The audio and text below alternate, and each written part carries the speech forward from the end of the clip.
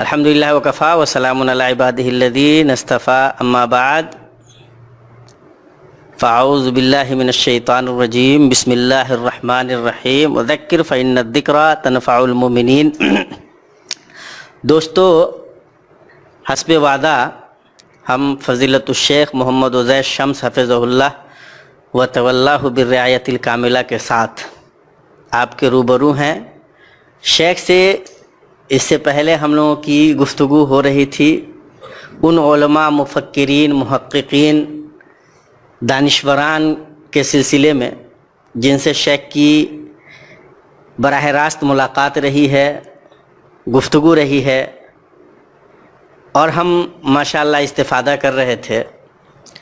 ہم نے کئی سارے علماء سے متعلق شیخ کے تاثرات جانے، یادیں جو شیخ کی رہی ہیں، ہم نے ان یادوں سے خود کو شاد کام کیا۔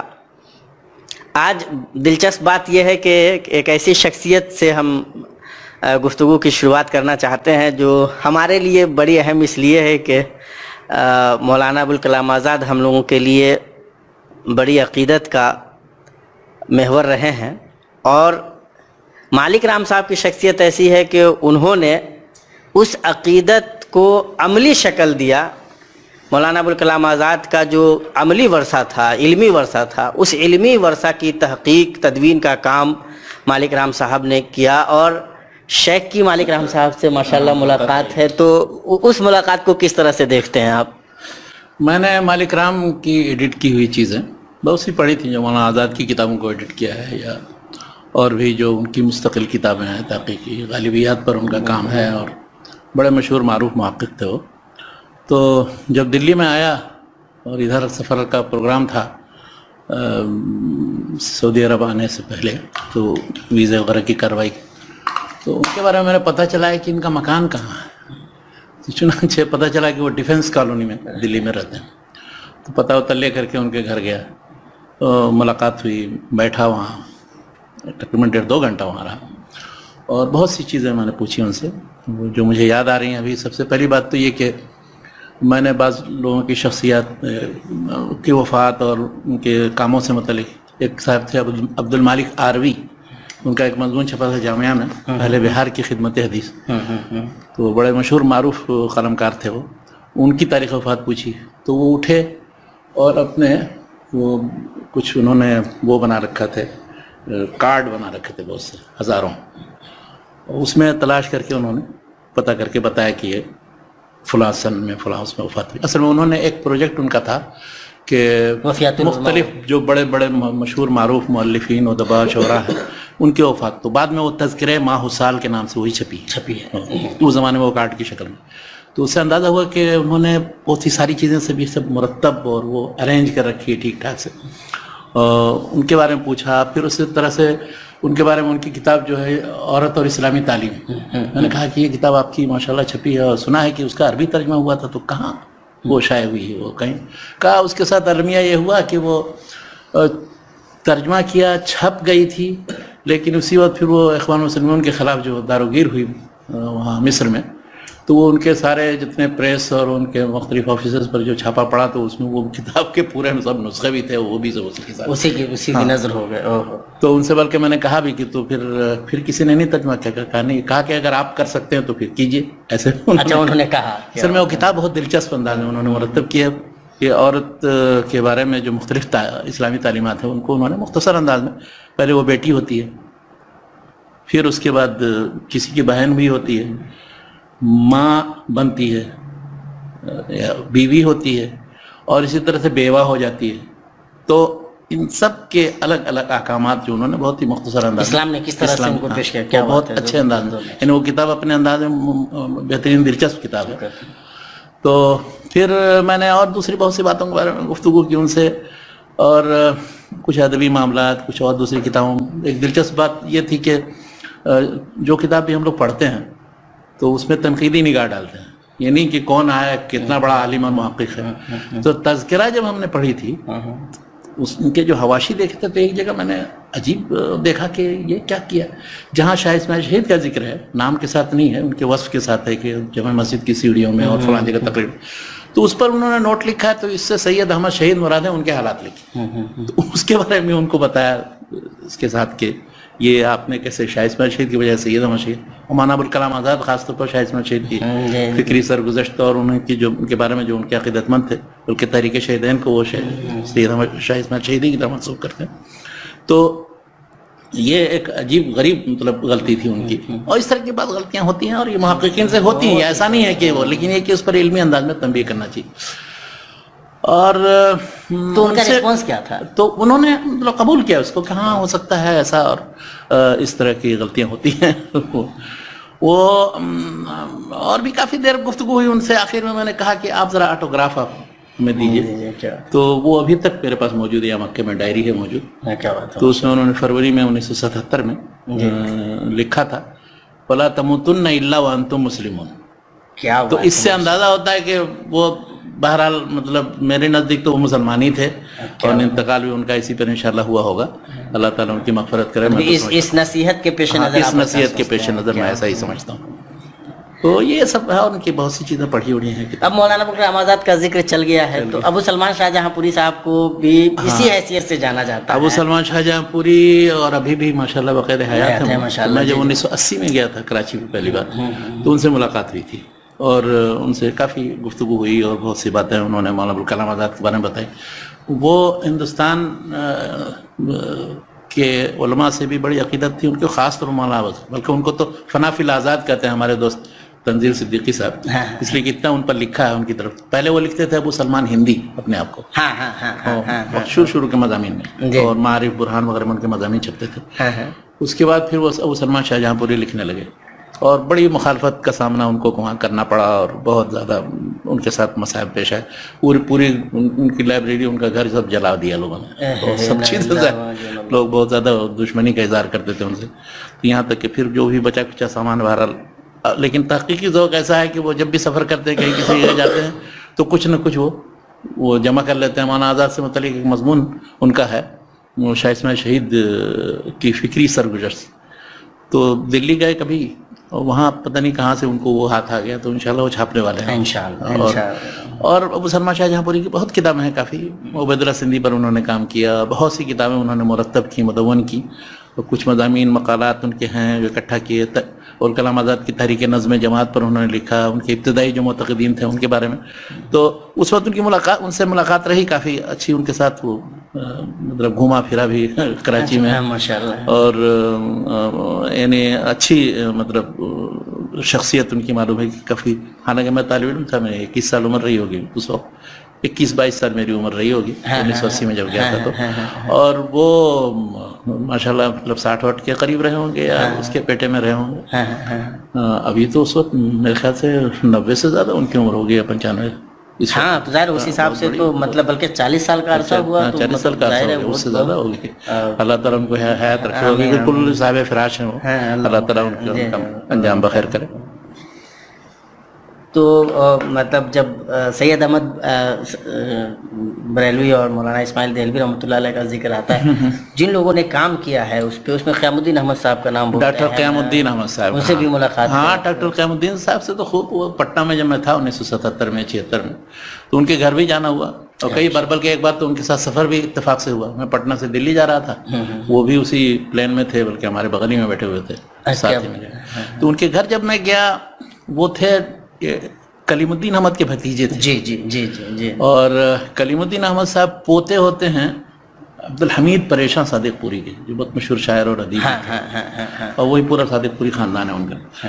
تو کلیم الدین صاحب سے ملاقات ہوئی, انشاءاللہ ان کا بھی ذکر کرتا ہوں. تو ڈاکٹر قیام الدین صاحب سے ان کی کتاب جو وہابی موومنٹ ان انڈیا ہے, اس کی وجہ سے میں چاہتا تھا ان سے ملنا, گفتگو ہوئی. پھر ان سے میں نے یہ کہا کہ آپ کی اور دوسری تحریریں جو تاریخ اور بہار میں وہابی موومنٹ وغیرہ سے متعلق ہو, تو انہوں نے ایک پوری فہرست دی تھی انہوں نے مجھے, تقریباً 10-15 صفحے کی ہے, سارے وہ انگلش کے ان کے مقالات تھے دونوں نے دی. ہاں, جو ان کو, اور اس میں سے بعض مضامین انہوں نے جو لکھے تھے, انہوں نے کہا کہ کچھ اہل حدیث لٹریچر یا وہابی لٹریچر سے متعلق میں نے اور بعض مقالات لکھے تھے جو اس میں شامل نہیں ہو سکے تھے میرے اپنے اس تھیسس کے اندر, PhD کے, وہ الگ سے بھی میں نے چھاپے ہیں, اور کچھ زیر ترتیب ہیں.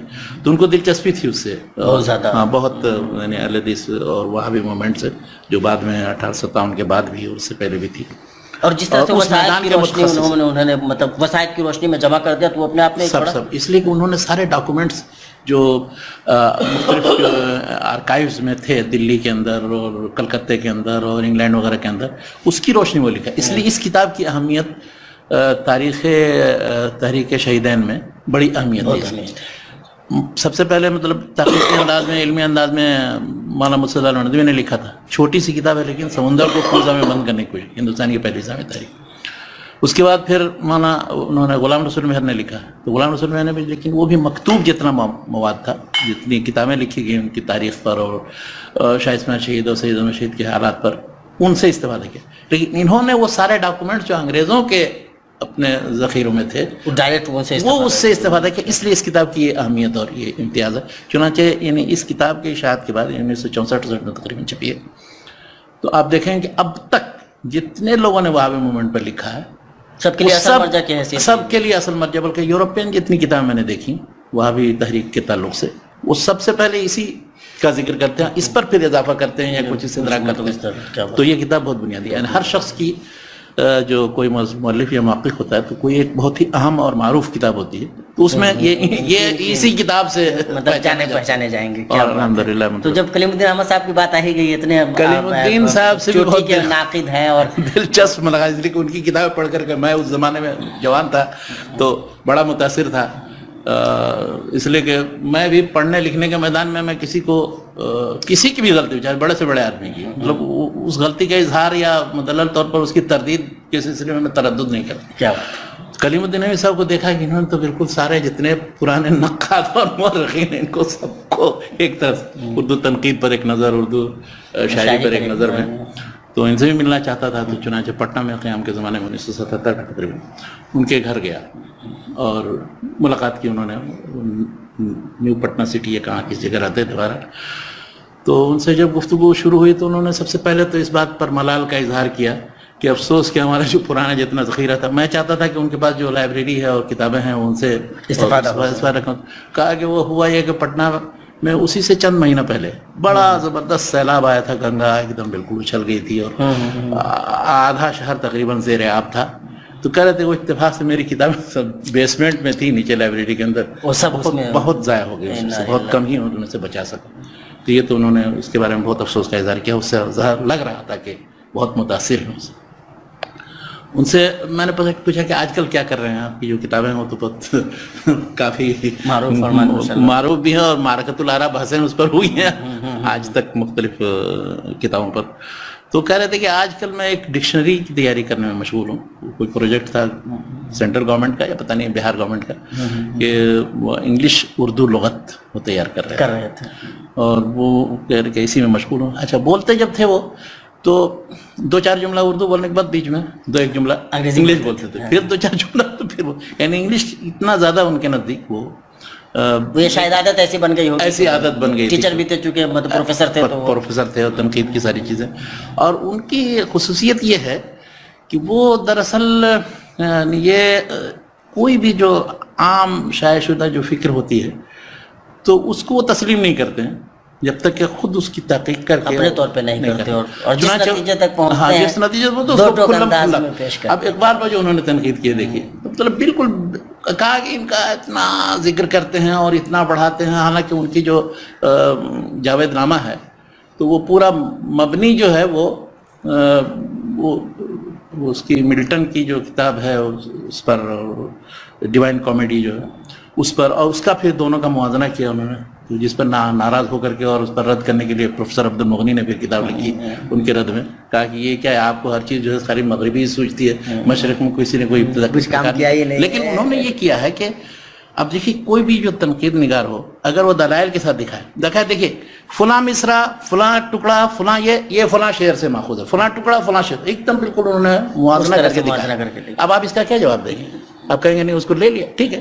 تو آپ یہ کہیے نا کہ وہ اس پر مبنی ہے، یہ کہیے، یہ نہیں کہیے کہ وہ ایسے وہ ابتکار اور اجتہاد ہے ان جو کا. مطلب ہمارے جو متقدمین ہیں تو ان سے تو متاخرین استفادہ کرتے ہی ہیں. اب یہ ہے کہ استفادہ وہ استفادہ رہتا ہے یا چربا ہو جاتا ہے، یہ دیکھنے کی ضرورت ہاں نہیں تو چاہیے. وہ انہوں نے اس کو بالکل چربا قرار دیا. ان کی کتاب بھی میں نے پڑھی ہے اور بلکہ ان کی ایک بہت دلچسپ آپ بیتی ہے.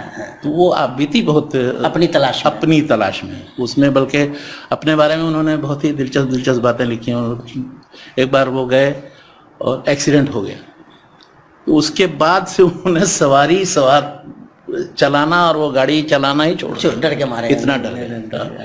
اسی طرح اس میں انہوں نے اپنی تلاش میں ہے تو ان کی آپ بھی تھی، لیکن اس میں وہابی تحریک کا بہت تفصیلی ذکر کیا ہے. اس کا خاص طور پر ادبی اور لسانی اعتبار سے جو اثر رہا ہے، معاشرتی اثر رہا ہے، اس پر وہ بہترین صفحات ہیں. بلکہ خواجہ احمد فاروقی کی اردو میں وہابی ادب وہ چند اہم کتابوں کا جائزہ ہے، لیکن اس میں انہوں نے جو اس کا سماجی اور ادبی اثر دکھایا ہے وہ لاجواب ہے. اس سے بہتر انداز میں انہوں نے لکھا ہے، تو وہ پڑھنا چاہیے. اس حیثیت سے بھی استفادہ کرنا چاہیے. اب جب ہم لوگ اردو ہی ادب کے ارد گرد نقد پہ ہی چل رہے ہیں تو آپ کی شمس الرحمان فاروقی صاحب سے شمس الرحمان فاروقی صاحب سے دلی میں میری ملاقات ہوئی تھی. دلی میں ان کے گھر گیا. ایک ہمارے دوست وہاں پڑھتے تھے جامعہ ملیہ میں، عبد المبین صاحب. تو عبد المبین صاحب سے میں نے کہا کہ بھائی چلو شمس الرحمان فاروقی صاحب سے ملنے کے لیے گئے. وہ پتہ ہوتا کر کے پھر ان کے گھر گئے. تقریباً 10-12 بجے کا وقت تھا دن کے. بیٹھے تو ان کو دیکھا، ملاقات ہوئی. کیا کرتے ہیں؟ میں اس وقت مدینہ یونیورسٹی میں پڑھتا تھا. انہوں نے بتایا کہ اچھا ان کے بارے میں یہ اصل میں پتہ تھا مجھے کہ یہ شعر اور عروض وغیرہ سے دلچسپی، وزن. اور تو میں نے ذکر چھڑا تو ایک چیز مجھے ابھی بھی یاد ہے. میں نے کہا کہ اچھا یہ بتائیے کہ کیا کسی خاص وزن کا کسی خاص ٹاپک یا موضوع سے تعلق ہے؟ یعنی کسی مخصوص وزن پر جو اشعار کہے جاتے ہیں وہ کچھ خاص موضوعات کے لیے خاص ہوتے ہیں یا کچھ خاص موضوعات کسی خاص وزن پر کہے جاتے ہیں؟ اس طرح کوئی ارتباط ہے؟ تو کہا نہیں کوئی کسی بھی موضوع سے متعلق کسی وزن پر کہا جا سکتا ہے، یا کسی بھی وزن کا کو ہم کسی موضوع کے لیے استعمال کر سکتے ہیں. تو میں نے کہا کہ عرب کے ایک بہت مشہور رائٹر ہیں اور محقق ہیں، انہوں نے عروض پر لکھا اور کتاب تنقیدی ہے ان کی، ڈاکٹر عبداللہ طیب. انہوں نے المرشد الی فہم اشاعر العرب و صنعتها، یہ تقریباً اردو عربی زبان میں یعنی آج تک موجودہ دور میں مطلب تنقید کے مختلف پہلوؤں پر جس انداز میں انہوں نے لکھا، چاہے وزن ہو، قافیہ ہو، موضوع ہو، اس کے اندر اور جو مختلف محاسن اور معائب ہوتے ہیں شعر کے، اس کے لحاظ سے اس سے زبردست کوئی کتاب نہیں لکھی. بلکہ اس پر مقدمہ لکھا ہے طہا حسین. طہا حسین کسی کی تعریف نہیں کرتا. اس کتاب کے بارے میں اس مقدمے میں لکھا ہے کہ میں گواہی دیتا ہوں کہ اس جیسی کتاب میں نے کوئی کتاب نہیں پڑھی اب تک اپنی زندگی میں. کیا بات! تو کتاب بہت اہم ہے. تو اس کے شروع میں انہوں نے وزن اور قافیے پر بھی لکھا ہے، شروع ہی پہلی جلد کے اندر. تو میں نے کہا کہ ڈاکٹر عبداللہ طیب جو سوڈانی ہیں، انہوں نے ایک کتاب لکھی ہے اس طرح، اور دوسرے ایک آدمی ہیں شکری ایاد، انہوں نے ان دونوں کا ارتباط دکھانے کی کوشش کی اور بہت حد تک وہ کامیاب ہیں. مثلا بہت سے مشہور جو قصائد ہیں تو مرثیہ کے باب میں جو ہیں، رسا کے باب میں، وہ اکثر بحر طویل کے ہیں. یعنی مثلا اس میں ایک قصیدہ بھی کوئی نہیں ملتا ہے جو بحر کامل کا مثال کے طور پر ہو بحر وہ، اس لیے کہ ہر بحر یا ہر وزن کے بارے میں ان محققین نے، ان ناقدین نے یہ دکھایا ہے کہ اس کا تعلق اس کے آہنگ سے. کہیں کسی جگہ آپ کو مطلب اس میں حرکت والی بات پیدا ہوگی تو وہ کبھی بھی مرثیہ کے لیے مناسب نہیں. وہ بحر خفیف میں یا بحر طویل میں، بحر بسیط میں اس طرح کے قصائد کہے جاتے ہیں. فلاں جب یہ بات کہا تھا، اب وہ جو ہے شمس الرحمان فاروقی صاحب وہ غصے میں کہا کہ یہ کون پاگل ہے اور بیہودہ آدمی ہے اور ایسا، یہ کیا تعلق ہے اس کا. لگے اپنا فری اسٹائل انداز میں وہ برا بھلا گالی والی دینے کے لیے وہ اسی مزاج کے، پتہ نہیں ابھی وہ زندہ بھی ہوں شاید ان تک پہنچائے گا. لیکن بہرحال انہوں نے مطلب کہا نہیں کچھ نہیں. اس سے مجھے سمجھ میں آیا. پھر میں نے یہ کہا کہ یہ جو اردو میں جو شاعری ہے اس میں جو اوزان ہے، تو یہ سب اوزان تو سب فارسی اور سی سے ہیں. آپ لوگ اس کو یہ عربی سے کیوں جوڑتے ہیں؟ عربی میں جو اوزان ہیں ان میں اور جو اردو میں جو اوزان ہیں، ان دونوں میں زمین آسمان کا فرق ہے. کیا بات! یعنی ایسے اوزان یا ایسی بحریں جو عربی میں بہت زیادہ محبوب ہیں وہ بالکل ہی مہجور ہیں اردو میں. اور اردو میں جو بہت زیادہ محبوب بحریں ہیں وہ عربی میں سرے سے بہت سے وہ بحروں کا پتہ ہی نہیں. کیا بات! تو آپ لوگ یہ زبردستی عروض کا سلسلہ اس سے جوڑتے کیوں ہیں؟ اس سے کیوں جوڑتے؟ انہوں نے کہا کہ ہاں یہ تو ہے، مطلب بہت سے اوزان ایسے ہیں کہ وہ جیسے مثال کے اچھا اس میں پھر نام وام اور اصطلاحات دے کر کے وہ بھاری بھرکم وہ عروض کی کتابوں کو بنا دیتے ہیں لوگ، جس سے کسی کو کچھ سمجھ نہیں آتا. یعنی آپ عام طور پر جس طالب علم نے کوئی ایک سال عربی عروض پڑھا ہوگا اس سے ذرا سا دوسرے سال کے بعد سے کبھی پوچھیے کچھ اس کے پلے نہیں پڑتا. حالانکہ عروض اتنا آسان سبجیکٹ ہے، میرے خیال سے اس سے زیادہ آسان کوئی سبجیکٹ نہیں. کیا بات ہے. وہ آہنگ پہچاننے کا نام ہے، نغمہ جو اس کے اندر ہوتا ہے شعر کے اندر، تو ایک نغمہ دوسرے نغمے سے، جیسے عربی میں افت الدیار محلها فمقامها بمنن تعبد غولها فرجامها متفاعل متفاعل متفاعل. اچھا اب اس وزن پر آپ کوئی شعر نہیں پائیں گے اردو میں. وہاں متفاعل متفاعل متفاعل 3 بار کے بجائے 4 بار متفاعل متفاعل متفاعل متفاعل متفاعل متفاعل، تب وہ جا کر کے بنائے گی. اگر آپ اس میں ایک جز ساقط کر دیجیے تو میں نے کہا بارے کامل مثال کے طور پر وہ ہمیشہ مثمن یعنی 8 جز استعمال ہوتا ہے. وہ عربی میں کبھی 8 جز ہوتا ہی نہیں ہے یہ بارے کامل. کیا بات. اسی طرح بارے طویل فعول مفاعل، اس وزن پر کبھی کوئی شعر ہی نہیں ہے اردو میں. تو آپ لوگوں نے ایسا کیوں کہا کہ وہ لوگوں نے چونکہ کتابیں اسی انداز کی لکھی ہیں اب تک اسی کے تتبع میں، تو اسی طرح سے وہی اصطلاحات فارسی والوں نے بھی استعمال کی، وہی اصطلاحات اردو والوں نے بھی استعمال کی. اس کو کہہ سکتے ہیں کہ عربی کا بہت بڑا امپیکٹ ہے یہاں، حتیٰ کہ انہوں نے جو گرامر یا قواعد کی کتابیں بھی لکھی اردو دانوں نے. تو اب یہ اردو یا جتنی زبانیں ہیں ہندوستانی یا جو بھی آرین لینگویجز ہے فارسی وغیرہ، ان کی ترکیب یا اسٹرکچر جو ہے بالکل مختلف ہے عربی سے. بالکل عربی کا تعلق سیمیٹک لینگویجز سے، سامی زبانوں سے، اور یہ آرین لینگویجز میں شامل. بالکل. تو اب آرین زبانوں کے ترکیب اور اس میں جو جملے کی نشست برخاست ہوتی ہے وہ بالکل مختلف ہے. تو کیا ضروری تھا کہ وہ عربی کے قواعد کے مطابق اسی طرح سے فاعل اور مفعول اور مبتدا مسند مسند الیہ بناتے؟ اس کو الگ سے اپنے طور پر مرتب کرنا چاہیے تھا، لیکن نہیں ایسا کیا. تو یہ دراصل عربی کا بہت زیادہ اثر ہے. دنیا میں جہاں بھی مسلمان گئے وہاں یہ اثر، تو جہاں گئے تو ایک تو دین پھیلایا، دوسرا ہے کہ عربی پھیلائی. اب اپنی زبان بھی ہے، انہوں نے لوگوں نے اس کے قواعد لکھے تو وہ بھی عربی کے پیٹرن پر لکھے، حتیٰ کہ اپنی زبانوں کا رسم الخط تک بدل دیا.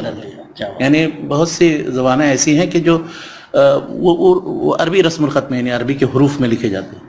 بعد میں پھر یہ استعمار کا زمانہ جب آیا تو انہوں نے پھر وہ فرنگی حروف میں بدلنے کی کوشش کی.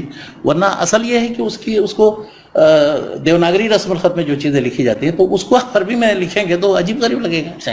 لیکن وہ عربی کا جو اثر ہے، میں نے پوچھا تھا ایک بار مولانا حنیف ندوی صاحب سے، اس زمانے میں ایک مضمون لکھ رہا تھا میں عربی کا اردو پر اثر، تو کہ کیا کن کن پہلوؤں پر اثر ہے. انہوں نے 3 لفظ بیان کیا: ووکیبلری، ٹرمینالوجی، اسکرپٹ. یعنی مفردات، بہت سے الفاظ اور اصطلاحات، اور رسم الخط. یہ رسم الخط عربی کا دیا ہوا، حالانکہ اس زبان سے میل نہیں کھا رہا ہے، لیکن پھر بھی فارسی رسم الخط لوگوں نے ملیشین زبان اور انڈونیشی زبان، ترکی زبان، وہ سب عربی رسم الخط میں لکھ دیا. اسی طرح سے اردو بھی عربی رسم الخط میں اور آج تک رائج ہے. بہرحال تو یہ سب گفتگو کچھ اصطلاحات کے بارے میں، کچھ عروض کے بارے میں، کچھ رسم الخط کے بارے میں، کچھ عربی کے اثر کے بارے میں، یہی گفتگو ہوئی تھی ان کے ساتھ اور فاروقی صاحب شمس الرحمان فاروقی صاحب کے ساتھ. انہی کے مطلب بلکہ یہ لوگ مانتے ہیں کہ آج اردو کے جو بڑے 2 علماء ہیں، مطلب بڑے جانکار اردو کے جو عالم ہیں، تو ایک شمس الرحمان فاروقی صاحب ہیں، دوسرے گوپی چند نارنگ صاحب ہیں. نارنگ صاحب سے بھی آپ کی ملاقات؟ نارنگ صاحب سے، گوپی چند نارنگ صاحب سے وہیں جامعہ ملیہ میں جس زمانے میں اردو پڑھاتے تھے، اردو کے ہیڈ تھے وہ، تو وہاں ان سے اسی آفس میں ملاقات ہوئی. ان کے گھر نہیں ہو گیا. ان کی چیزیں میں نے پڑھی. وہ آخر میں وہ جس کو اردو میں کہتے ہیں ساختیات یا اسٹرکچرلزم کہتے ہیں، یا عربی میں بنیویت کہتے ہیں، تو اسٹرکچرلزم کی طرف چلے گئے وہ، اور انہوں نے شعر کی تنقید کا جو اسٹرکچرلزم والے جو جس انداز میں تنقید کرتے ہیں کہ وہ پورا قصیدہ ایک وحدت ہے. اب اس میں وہ شروع سے لے کر کے آخر تک اس میں ترتیب قائم کرتے ہیں. ایک شعر کے بعد دوسرا شعر، دوسرا شعر کے بعد تیسرا شعر، وہ کیوں آیا ہے، کیا ہے اس کا مرکزی مضمون، کیا ہے، اس کس طرح سے ایک دوسرے سے. تو یہ ان کے تنقید کا ایک خاص طریقہ ہے. تو اس وجہ سے مجھے ان سے دلچسپی تھی. پھر وہ لسانیات کے بعد میں لسانیات میں بہت زیادہ کام کیا انہوں نے، اردو لسانیات پر، اور اس کی اصل اور مختلف زبانوں اور ان کی خصوصیات سے متعلق. یہ اور ایک پروفیسر عبدالعزیز میمن صاحب کے لڑکے عمر میمن، انہوں نے کام تو کیا پی ایچ ڈی میں اقتضاء الصراط المستقیم جو امام ابن تیمیہ کی کتاب ہے، اس کا انگلش میں ترجمہ کیا، اس کا دراسہ کیا. تو بلکہ انگلش میں وہ کتاب بہت مشہور ہے, چھپی ہوئی کتاب, ابن تیمیہ's اسٹرگل اگینسٹ پاپولر ریلیجن کے نام سے. لیکن وہ بھی ادھر وہ گوپی چند نارنگ صاحب کے دوستوں میں ہیں, اور وہ بھی ساختیات کی طرف نکل گئے, اور ان کے مضامین مقالات سے میں نے ان سے مراسلات ایک بار کی, تو میں نے کہا کہ یہ آپ نے اس موضوع پر جس پر کام کیا اس پر کچھ تو اور مزید کچھ کیا نہیں آپ نے. اور ان سے پوچھا تھا ان کے اپنے والد صاحب کے بارے میں کہ آپ نے اپنے والد صاحب کے تراث اور ان کے ذخیرے کو کہاں تک کتنا محفوظ رکھا ہے, نہیں رکھا ہے. تو جواب مجھے دیا, کہا کہ میں دوسری طرف مشغول ہو گیا اور مجھے یہ بھی پتہ نہیں کہ والد صاحب کی کیا چیزیں موجود ہیں نہیں موجود ہیں. میں نے ان سے پوچھا تھا کہ یہ فلاں کتاب میمن صاحب کی کہاں گئی. انہوں نے کہا کہ مجھے نہیں, میرے بڑے بھائی کو, ان کے بڑے بھائی کا بھی انتقال ہو گیا, پروفیسر محمود میمن. تو یہ عمر میمن بلکہ گئے بھی تھے ہندوستان میں کسی کانفرنس میں, گوپی چند نارنگ اور اس طرح کے چند لوگ تھے جو ساختیات میں لسانیات کے ساتھ ساتھ وہ ساختیات اس کی طرف چلے گئے. اور بہرحال یہ بھی ایک انداز ہے, ہر انداز میں. تو ان سے ملاقات ہوئی, اور تھوڑی دیر, چونکہ وہ ان کے آفس میں تھے اور لوگ آ رہے تھے جا رہے تھے, تو زیادہ دیر نہیں, شاید 15-20 منٹ سے زیادہ گفتگو نہیں ہو. ان کی کتابیں ہی میں نے زیادہ پڑھی ہیں, ان کے مقالات وغیرہ پڑھے ہیں, اور بڑے اچھے مطلب ہے کہ اردو کی نگارش ان کی طرح. ہم لوگ اردو سے جڑے ہوئے لوگوں پہ بات کر رہے ہیں. مجھے احمد ندیم قاسمی صاحب یاد آ رہے ہیں, وہ مطلب کافی مطلب جس کو بولتے ہیں کہ ایک ہمہ جہت شخصیت, اچھے شاعر, افسانہ نگار, افسانے لکھے انہوں نے. وہ کیسے ملاقات ہوئی, کیا بات ہے وہاں میں جب فنون نکالا انہوں نے, وہ 2 دبستان تھا, تو ایک دبستان کے یہ نمائندے تھے, اور بلکہ دونوں کے درمیان بڑی لڑائی چلتی تھی. یہ ان سے ملاقات ہوئی تھی 1980 میں جب میں گیا پاکستان. تو وہاں ادارہ ثقافت اسلامی میں گیا, میں نے جیسے بتایا وہاں بھٹی صاحب سے ملاقات ہوئی اور مولانا حنیف ندوی وغیرہ سے. تو ادارہ ثقافت اسلامیہ کے ساتھ ہی اسی کے ساتھ مجلس ترقی ادب ہے. اچھا, کیا بات. اس کا بھی آفس اسی بلڈنگ ہے, اور ایک اور آفس بزم اقبال کا ادارہ ہے, وہ بھی اسی میں. تو یہ مجلس ترقی ادب میں تھے اور بحیثیت ذمہ دار کے بیٹھتے تھے. میں اس زمانے میں ڈھونڈ رہا تھا علامہ اقبال کی کتابیں. اچھا, یہ عجیب غریب بات ہے کہ کوئی بھی شاعر یا کوئی بھی ادیب یا کوئی مؤلف, اس کی اصل کتابیں آپ کو ملیں گی نہیں. ان پر جن لوگوں نے لکھا ہے وہ پڑھیں گے, اور اس پر انہیں پڑھ کر کے لوگ. اچھا, میرا بالکل طریقہ اس کے خلاف. میں ہر اس شخص کو جو کسی بھی ناحیے میں مشہور ہو, اس کی اصل چیزیں دیکھتا ہوں. دیکھنی بھی غالب ہے تو غالب کیا دیوان آپ پڑھی نا, چھوٹا سا تو دیوان ہے اس کا, اور اس کی جو دوسری کتابیں اس کو پڑھی, اس کے بعد پھر جتنے لوگوں نے اسٹڈی کیا وہ پڑھیے, اور کہاں تک درست ہے نہیں درست, موازنہ مقارنہ کرتے رہیے. ٹھیک ہے, پہلے اصل تو پڑھیے. اسی طرح علامہ اقبال, میں وہاں چاہتا تھا, کلیات تو مجھے ملی اردو میں جو کلیات ہیں ان کے سارے, اور اسی طرح سے فارسی میں. تو کلیات کے علاوہ اور کوئی کتاب ہی نہیں ملتی تھی وہاں. ان کی جو کتاب وہ مشہور کتاب ہے جو انگلش میں لیکچرز ہیں ان کے, وہ کہیں خیر کسی مکتبے میں پھر نظر آئی, بعد میں وہ لی. اس کا اردو ترجمہ تھا, بلکہ ایک آدمی نے اور ترجمہ کیا, اس لیے کہ پہلا اردو ترجمہ نذیر نیازی صاحب نے کیا تھا. مطلب پی ایچ ڈی کا جو رسالہ ہے ان کا, وہ کسی کو کچھ سمجھ میں نہیں آیا. آپ ابھی پڑھیں گے تشکیل جدید الہیات اسلامیہ, تو وہ حالانکہ اس وقت انہوں نے جو ترجمہ کیا تھا تو علامہ اقبال کے مشورے سے, اس زمانے وہ جامعہ ملیہ میں پروفیسر تھے, بلکہ انہوں نے علامہ اقبال نے ایک خط میں لکھا کہ اگر آپ کو اصطلاحات سے متعلق کچھ آپ کو دشواری ہو تو مولانا محمد صورتی صاحب وہیں آپ کے ہاں جامعہ ملیہ میں عربی کے شعبے کے, وہ بڑے فاضل آدمی ہیں, تو وہ آپ کو مناسب لفظ بتائیں گے. کیا بات. تو بہرحال کہنا یہ ہے کہ وہیں یہ ملے, احمد ندیم قاسمی صاحب کے آفس میں گیا, تو میں نے یہ شکایت کی کہ عجیب ہیں آپ لوگ کے یہاں وہ بالکل بت کی طرف پوجے جاتے ہیں علامہ اقبال, اور ان کی تحریریں اور کتابیں کہیں نہیں نظر آتی ہیں. انہوں نے جو ایران کے بارے میں لکھا ہے, ایک پرانا پی ایچ ڈی کا مقالہ ان کا وہی تھا. اچھا, اسی طرح سے اور جو ان کی نثری تحریریں, علم الاقتصاد پر ایک کتاب ان کی ہے, یا اسی طرح سے تصوف پر تنقید میں ایک چیز لکھی, یہ سب کہاں ہے؟ ایک چیز بھی نظر نہیں آتی ہے کہیں کسی جگہ مارکیٹ میں. پورا اردو بازار کے سارے مارکیٹ میں, لاہور میں بھی اردو بازار, سارے مکتبات میں کہاں. یہی تو المیہ ہے, لوگ اصل چیز پڑھتے نہیں ہیں, اور ان کے بارے میں بس یوں ہی کہیے کہ علامہ اقبال کوئی مضمون کسی پہلو پر کچھ اشعار اشعار یاد کر کے اپنا لکھ دیا اس کا. یہ بالکل ہی غلط طریقہ ہے. تحقیقی انداز میں لکھنا چاہیے اور تنقید بھی کرنا ہے, تو اصل چیزیں دیکھنی چاہیے. اور پھر میں نے ڈھونڈ ڈھانٹ کے کچھ چیزیں ان کی 4-5 کتابیں جو ملی علامہ اقبال کی وہ لی. آخر میں یہ بتاؤں علامہ اقبال کے تعلق سے کہ پروفیسر عبدالجبار شاکر مرحوم تھے, ان کو بڑی دلچسپی تھی علامہ اقبال کے سارے دیوان اور سارے مجموعوں کے پہلے ایڈیشن ان کے پاس تھے. کیا بات, کیا بات. اور ان پر جتنے لوگوں نے کچھ لکھا ہے وہ سب ان کے پاس, وہ سب ان کے پاس, اس کی ایک فہرست بھی بنا رکھی تھی. تو آخر میں بتاتے تھے مجھ سے کہ میں جا رہا ہوں انشاءاللہ علامہ اقبال کی تحریریں مدون کروں گا، ان کے خطوط سارے، ان کے شعر، ان کی سب چیزیں. یہ ہونا چاہیے. یہ کیا تھا انہوں نے شروع کام. بعد میں پھر جب آئے حرم میں ملاقات ہوئی یہاں مکہ میں، تو انہوں نے کہا کہ اب الحمدللہ میں ریٹائر ہو گیا تو امید ہے کہ، لیکن دوسرے ہی دن ملاقات کہا کہ میری تجدید ہو گئی، پھر ایکسٹینشن ہو گیا، ایکسٹینشن مل گیا. تو پھر اب وہ کہہ رہے تھے کہ میں یہ سوچ رہا تھا کہ انشاءاللہ میرے پاس ساری چیزیں. میں ان کے گھر گیا تھا شیخو پورہ میں، وہ رہتے تھے لاہور سے، وہاں ان کے یہاں گیا، انہوں نے ساری چیزیں وہ دکھائیں، خود مجھے دکھائیں. علامہ اقبال پر جتنی تحریریں ان کے یہاں ہوں گی، ان پر جو کتابیں لکھی گئیں، اور خود علامہ اقبال کی اصل کتابیں وہ سب انہی کے پاس کا. یہ دیکھیے علم الاقتصاد کا پہلا ایڈیشن، یہ اس کا لیکچرز کا پہلا ایڈیشن، یہ فلاں بانگے درا کا، یہ بال جبریل ہوگا.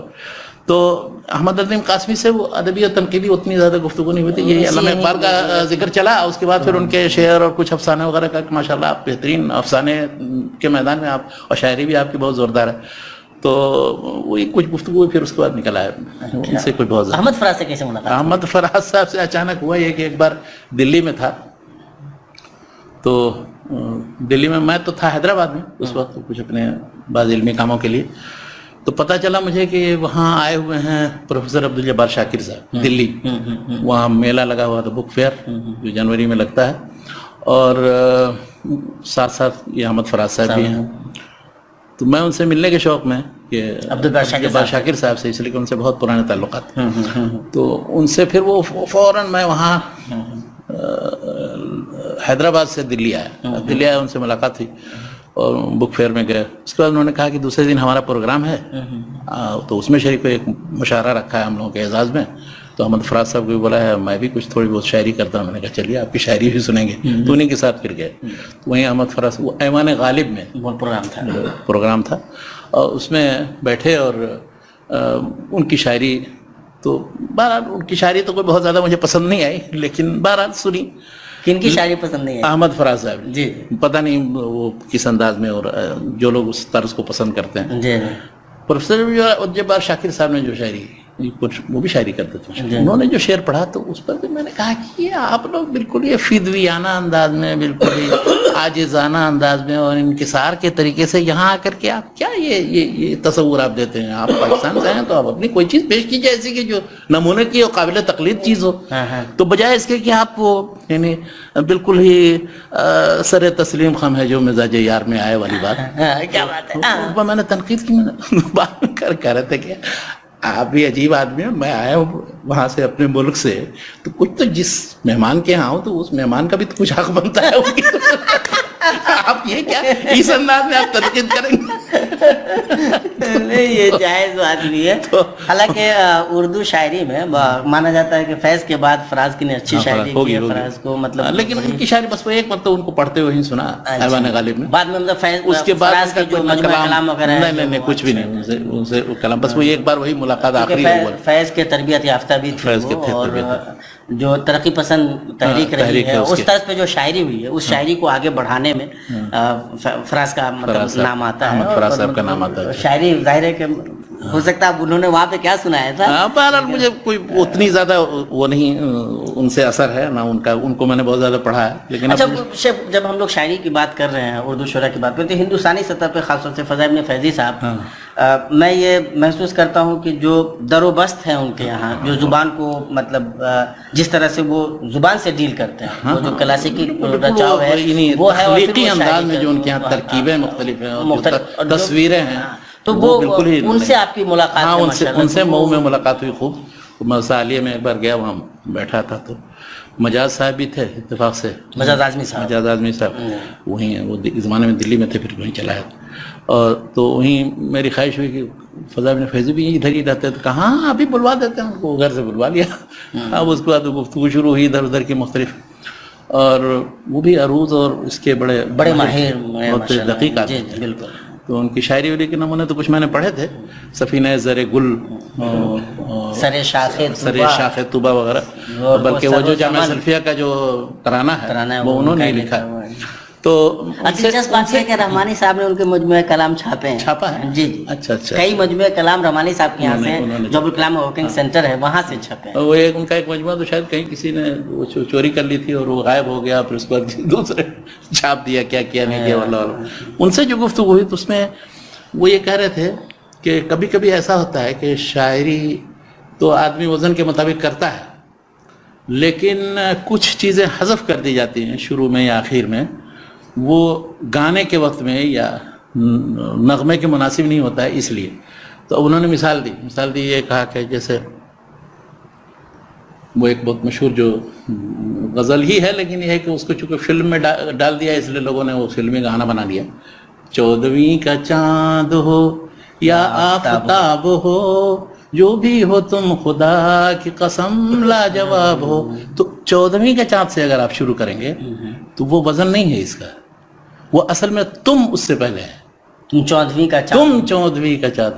تو انہوں نے کہا کہ جب تک تم آپ نہیں لگائیں گے تو عروضی وزن نہیں بنے گا, لیکن گانے میں اب وہ تم کہنے سے منہ بند ہو جاتا ہے, تم تو وہ ایک طرح سے ایک دوسرے کے سے ارتباط نہیں باقی رہ جاتا ہے, اس وجہ سے تم حذف کر دیا گانے والے نے. کیا بات ہے. تو یہ چیز ابھی تک مجھے یاد ہے. انہوں نے یہ کہا کہ گانے کا طریقہ کچھ مختلف ہوتا ہے, بلکہ ایسا ہے کہ جتنے گانے وانے ہیں اگر آپ اس کو عروضی اعتبار سے جانچیں گے تو اکثر سب وزن سے ساقط ملیں گے یا گڑبڑ ملیں گے. تو اس کی دو وجہ ہے, ایک تو یہ کہ کبھی صحیح وزن کے مطابق اس نے کہا ہے لیکن گانے والے نے خراب کر دیا اس کو. دوسرا اکثر یہ ہے کہ شاعری جس نے کی ہے اسی نے صحیح وزن پر نہیں شاعری کی ہے. آج کل جتنے اردو شاعری آپ دیکھ رہے ہیں وہ ہندی سے متاثر ہونے کے نتیجے میں وزن سے سب ساقط ہو. نہیں, اس کی ایک وجہ شاید یہ بھی ہو کہ جو فلمی نغمے لکھے جاتے ہیں تو ان کی دھن پہلے تو دھن کے مطابق بنانے کے لیے دھن کے مطابق آپ کو بنانا ہے, تو اس سے کبھی کبھی خود شاعر بیچارہ پریشان ہوتا ہے کہ وہ مطلب کس طرح سے اس کو ڈیل کرے, کس طرح کرے. تو جو کمپوزر ہے مطلب نغموں میں کمپوزر کی اصل حیثیت اس نے کمپوز کر دیا, اب اسی کے مطابق آپ کو مطلب بالکل یہی بات انہوں نے کہی تھی. تو فضائل ابن فیضی صاحب نے یہی کہا کہ وہ اس میں گانے میں جو گانے والا اور جو کمپوز کرنے والا ہوتا ہے وہ اپنے حساب سے اس کی لے بنا دیتا ہے, دھن بنا دیتا ہے, اس کے اوپر فٹ کر دیتا ہے, چاہے وہ کسی بھی وزن پر کسی بھی طرح شعر کہا گیا ہو, نہیں کہا ہو, اس سے کوئی مطلب نہیں ہوتا ہے.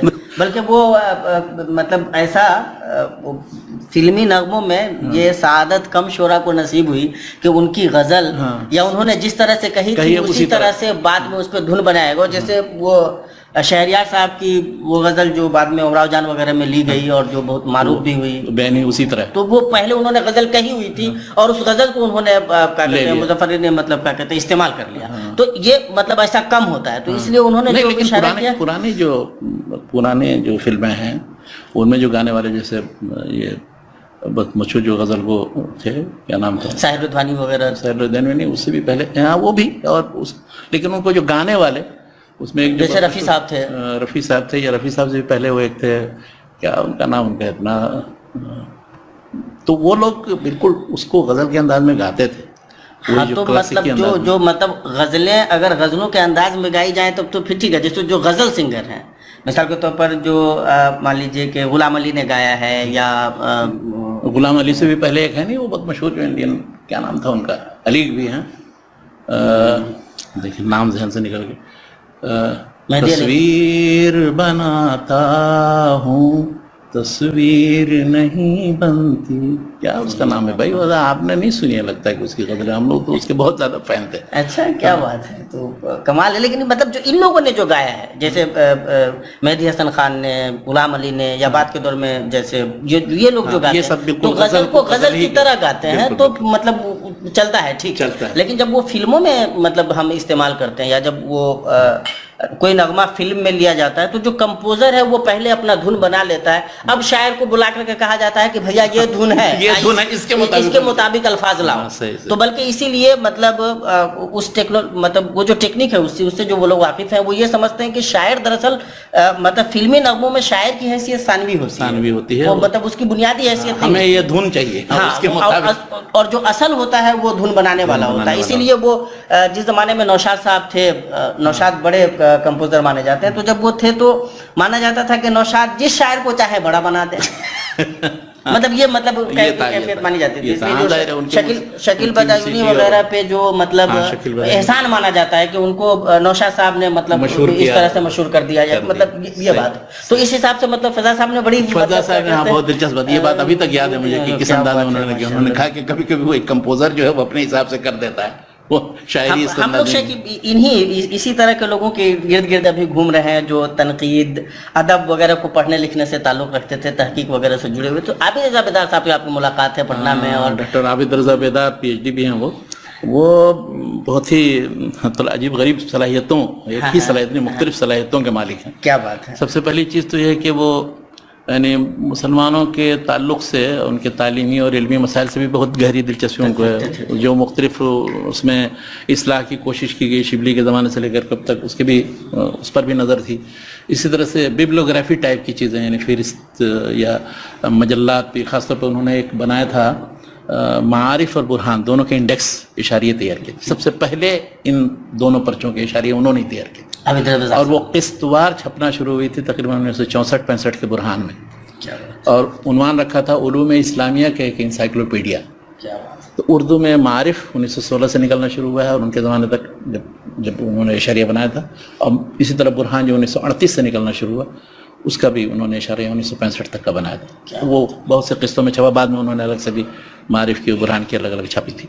بہرحال تو ایک تو یہ کتابیات کے میدان کے, فہرست اشاریہ سازی کے میدان کے. پھر میری ملاقات ہوئی تھی تو خدا بخش لائبریری میں ڈائریکٹر تھے, 1976-77 کی بات ہے. اور اس وقت وہ اچھا, ان کے اندر ایک بات یہ ہے کہ وہ ڈھونڈتے رہتے ہیں کہ کام کا آدمی کون, کس میدان کا آدمی ہے, وہ اس کو پکڑ کے لے کر کے چلے آتے ہیں اور اس سے کچھ نہ کچھ کام لیتے ہیں. تو میں گیا تھا تو عجیب, میری ملاقات بہت ہی عجیب غریب انداز میں ہوا. یہ کہ اگست میں وہ خدا بخش کی وفات یا ولادت کے مناسبت سے ایک سیمینار ہوتا ہے وہاں, یہ ان کے زمانے میں, اس زمانے میں روایت تھی, پتہ نہیں اب ہے کہ نہیں.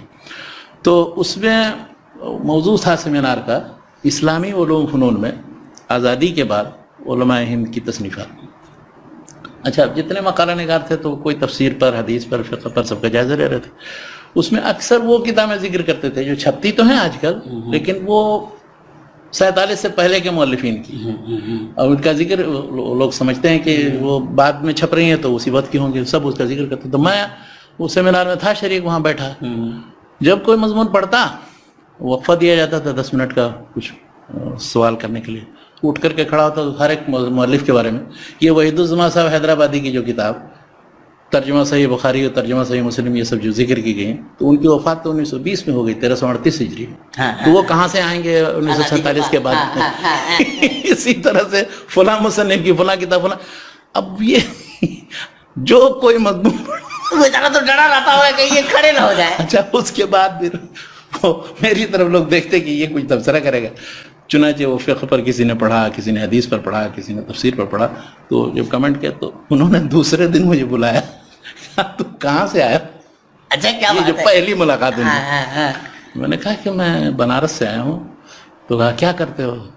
تو میں نے کہا ابھی ہم لوگ فارغ ہو گئے, 1976 میں فارغ ہو کر کے آئے تھے, جامعہ سرفیہ سے فارغ میں فضل کی ضرورت کر کے آیا ہیں, اور مولانا شمس اللہ قاسم آبادی پر میں کام کر رہا ہوں. تو پتہ چلا تھا کہ ان کی کچھ چیزیں یہاں ہیں, ان کی لائبریری بلکہ یہیں آ گئی ہے جو بچا کچھ حصہ تھا. تو کہا اچھا, تو اور تم نے کچھ کیا کیا ہے؟ میں نے کہا کہ ایک مضمون لکھا تھا, معارف میں چھپا تھا. کہا اچھا, تمہارا مضمون معارف میں چھپ چکا ہے. 1975 میں مولانا شمس اللہ قاسم آبادی پر 2 قسطوں میں چھپا تھا. اور پھر میں نے کہا کہ عربی میں ایک کتاب تیار کر. اچھا, عربی میں لکھتے ہو؟ ہاں. تو وہیں پر وہ ٹائمز آف انڈیا کا ایک شمارہ رکھا ہوا تھا, انہوں نے ایسے دیا, کہا کہ مقصد یہ کہ انگلش جانتا ہے کہ نہیں جانتا. تو ہیڈنگ وغیرہ کچھ اور دوسری چیزیں پڑھ دی. کہا اچھا آپ نے انگلش بھی پڑھی؟ میں نے کہا ہاں پڑھی ہے, جامعہ سلفیہ میں انٹر کے معیار تک انگلش پڑھائی جاتی ہے. جی. اس کے بعد انہوں نے کہا کہ ایسا ہے کہ آپ کب تک یہاں ہیں؟ میں نے کہا کہ اب تو فرصت ہی فرصت ہے, ابھی تو کوئی وہ نہیں, گھر بھی میرا یہیں بہار میں ہے, مدھوبنی ضلع میں. تو میں آیا ہوں ابھی دیکھنے کے لیے کچھ دن. تو کہا یہاں بہت سے مخطوطات ایسے ہیں کہ جن کی فہرست سازی کا کام نہیں ہوا ہے, تو آپ کر سکتے ہیں یہ کام, اور آپ کو تجربہ ہے. میں نے کہا تجربہ تو نہیں اس میں, مطبوعات کی فہرست بنائی ہے, مطبوعہ کتابوں کی جامعہ سلفیہ کی لائبریری میں, لیکن مخطوطات کی کہا نہیں انہوں نے.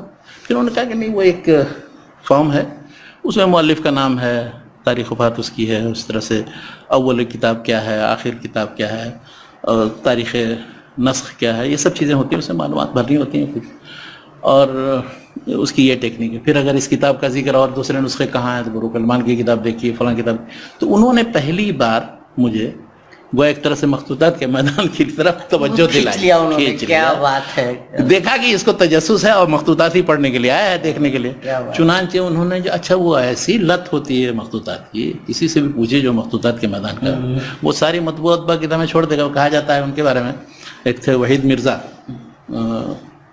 کون تھے وحید مرزا تھے، کون تھے جو وہ کبھی گئے وہ ایک اس میں ابن انشا نے ایک سفر نامہ لکھا ہے، چلتے ہو تو چین کو چلیے، اور دوسرے بہت سے سفر نامے.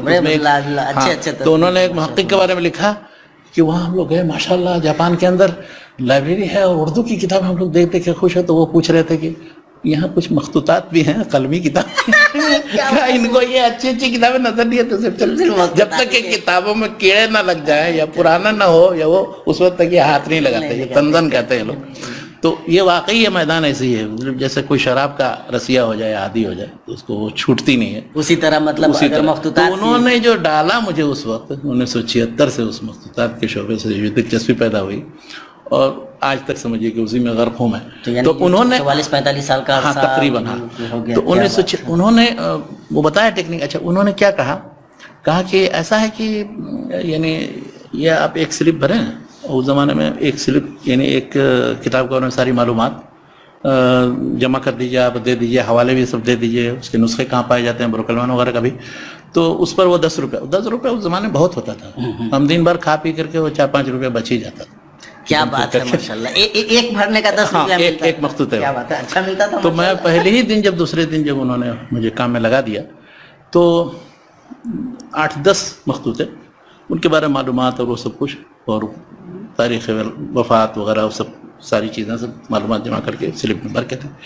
10 جب کر کے میں نے ان کو دیا. انہوں نے کہا کہ نہیں اتنا تیز وہ نہیں کرنے کی ضرورت ہے. میں سمجھ گیا کہ مطلب یہ کہ 2-4 پر ہر دن کام کرو، یہ نہیں کہ 10 کر دی. 100 روپیہ دینا ایک ہی دن میں 100 روپیہ لے کے چلا گیا. تو چنانچہ پھر میں کیا کرتا، 3-4 مخطوطے کے بارے میں معلومات جمع کر کے فہرست بنا کر کے رکھ لیتا، اور باقی مخطوطات طلب کرتا رہتا، خود پڑھتا دیکھتا. کیا بات. اور اس میں سے بہت سی چیزیں خود اپنے نقل کی. یعنی اسی زمانے میں نے رد الاشراق نقل کیا تھا. وہاں رد الاشراق جو شاہد تقویۃ الایمان کی اصل عربی، وہ پہلا نسخہ وہیں خدا بخش لائبریری میں نے دیکھا. تو وہ میں نے نقل کیا. اور بھی بہت سی چیزیں جو بعد میں نے روایت تراث میں چھاپی، وہ اسی وقت اپنے ہاتھ سے. اب لوگ سمجھتے تھے کہ یہ فہرست بنا رہا ہے، اور بیدار صاحب نے اس کو مقرر کیا ہے، ڈائریکٹر ہے، تو جو مخطوطہ دینے ہونے والا ہے وہ بھی سمجھتا تھا کہ. چنانچہ میں ہر دن صبح 9 بجے پہنچ جاتا تھا، اور تقریباً 5 بجے قریب شام میں جب لائبریری بند ہوتی تھی تو نکلتا. کیا بات. تو ہر دن 20 مخطوطات دیکھتا تھا، پڑھتا تھا مختلف. بلکہ اس زمانے میں نے دیکھی تھی تقیید المحمل والی جیانی غسانی کی. کیا بات. تو میں چاہتا تھا کہ اس کو کوئی ایڈٹ کرتا. اس کے تقریباً 35 سال کے بعد پھر یہاں جب مکے میں آیا، تو اتفاق سے اسی کتاب کو ایڈٹ کرنے کا اللہ تعالیٰ نے موقع دیا ماشاءاللہ. تو عابد رضا بیدار صاحب تو بیدار صاحب سے ملاقات انہوں نے کس طرح سے مجھے اس میدان میں ڈال دیا ماشاءاللہ. اللہ تعالیٰ ان کو. اچھا لوگ وہاں کے بہار کے لوگ اتنا ان سے ناراض، اور وہ اصل میں تھے عملی آدمی، ایکٹیو. ہر شخص کو چاہتے تھے کہ کام کرے. کتنے لوگوں کو آنے کے بعد انہوں نے کک آؤٹ کر دیا لائبریری. کام کرنے والے اب سب مخالف ہو گئے ان کے. وہ دیکھتے تھے، آتے تھے تھوڑی دیر کے بعد، آدھا گھنٹے 1 گھنٹے کے اندر ایک چکر لگانے کے لیے لائبریری، حالانکہ آفس میں بیٹھے رہتے، چکر لگانے کے لیے دیکھتے ہیں کون کیا کر رہا ہے نہیں کر رہا ہے. تو وہ اچھا خود بھی کام کرتے تھے. تو ظاہر ہے سب کو کام چاہتا ہے کہ اور جو لوگ ہیں منسلک وہ بھی کام. وہ چاہتے تھے کہ لائبریری میں جتنا ذخیرہ ہے، چاہے وہ میگزین کی شکل میں، مخطوطات کی شکل میں، مطبوعات کی شکل میں، اس کے بارے میں لوگوں کو پتہ چلے، اس سے استفادہ کریں لوگ.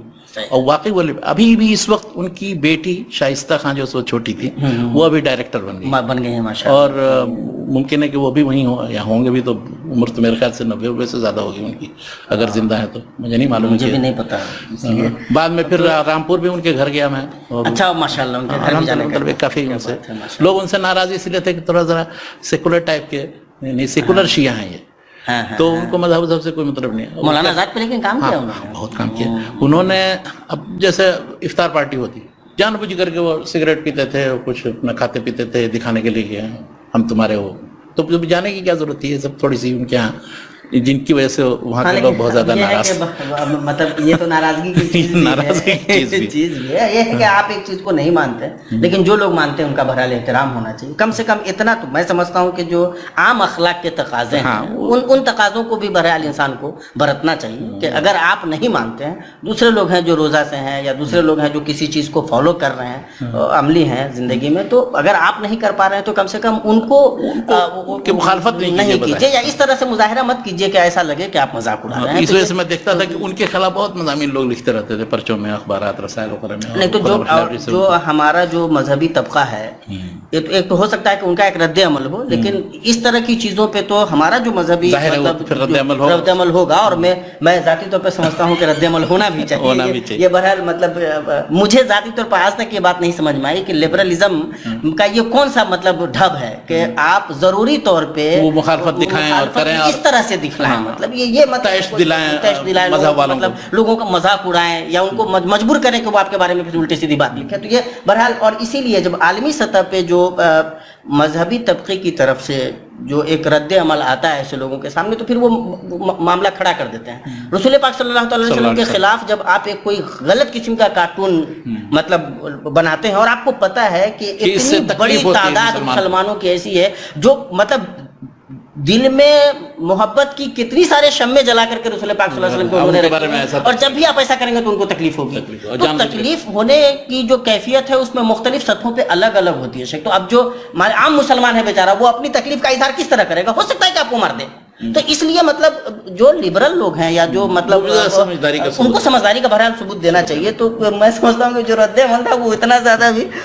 تو ہم لوگ شیخ مخطوطات کے سلسلے میں جب آگے محققین کی بات آ گئی, ڈاکٹر حمید اللہ صاحب آپ کے فیلڈ کے آدمی رہے, آپ کی ملاقات ہے ماشاءاللہ, آپ نے فرانس میں جا کر کے ملاقات کی, جرمنی میں, کیسے مطلب کس طرح سے؟ وہ تو بہت ہی عجیب غریب آدمی تھے. مطلب وہ 47 میں آزادی سے پہلے وہ چلے گئے تھے اور اس کے بعد لوٹ کے نہیں آیا پھر ہندوستان. ہاں وہاں میں پیرس میں ان کے یہاں ان کی بلڈنگ میں جس میں وہ 4تھی منزل میں رہتے تھے پہنچ گیا. ان کا دروازہ کھٹکھٹا کے تو کہا کہ ارے آپ کیسے چلے آئے یہاں؟ تو ہم نے کہا کہ وہ ایک صاحب گھس, اصل میں وہاں کی عمارتوں میں یہ ہوتا ہے کہ آپ مین دروازے سے گھس نہیں سکتے. تو ایک آدمی اتفاق سے مجھ سے پہلے جا رہا تھا, اندر جا رہا تھا, تو میرے ساتھ جو آدمی تھے وہ بھی انہیں چلے گئے. ورنہ یہ کہ وہاں بٹن دبائیے تو وہاں جائے گا وہ پھر اس کے بعد کھولے گا دروازہ, تو اس کے بعد پھر آپ گھس سکتے. باہر بیٹھے بیٹھے وہ تھوڑا سا اونچا سنتے تھے, تو باتیں ہوئی تو ذرا زور سے بولنا پڑتا تھا. ہم نے ٹافی وفی دی کچھ, اور ان کا ذکر تو میں نے مختصر پہلے کیا تھا, لیکن ان کی خصوصیت یہ ہے کہ انہوں نے تقریباً 7 زبانوں میں اپنے تحقیقی اور مختلف طرح کے مضامین مقالات لکھے. اور میں نے یہ بھی بتایا تھا کہ یہ شاید پہلے شخص مجھے ملے اور آخری کہ جنہوں نے 50-60 سال سے جو کچھ بھی کام کیا ہے, جتنے مقالات چھپے, پوری ایک فہرست لمبی چوڑی وہ بنا رکھی تھی. چونکہ ہم لوگ ڈاکٹر حمید اللہ صاحب کے بارے میں گفتگو کر رہے تھے, کیا بھی تھا ماشاءاللہ.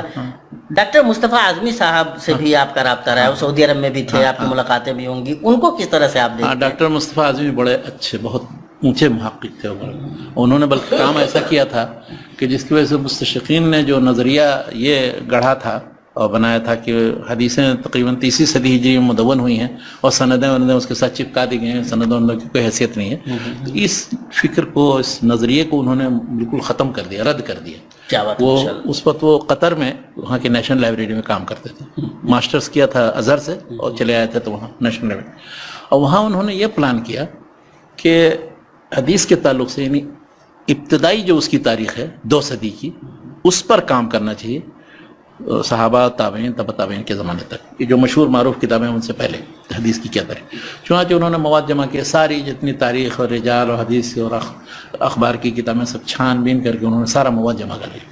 اچھا, پھر انہوں نے سوچا کہ اگر اس موضوع سے متعلق ہم لکھ کر کے عربی میں کوئی کتاب شائع کر دیں گے تو اس کا کوئی ان لوگوں پر کوئی اثر نہیں پڑتا جب تک کہ آپ ان کی زبان میں نہ لکھیں اور ان کے اسلوب میں اور ان کے ہاں قابل اعتراف نہ ہو.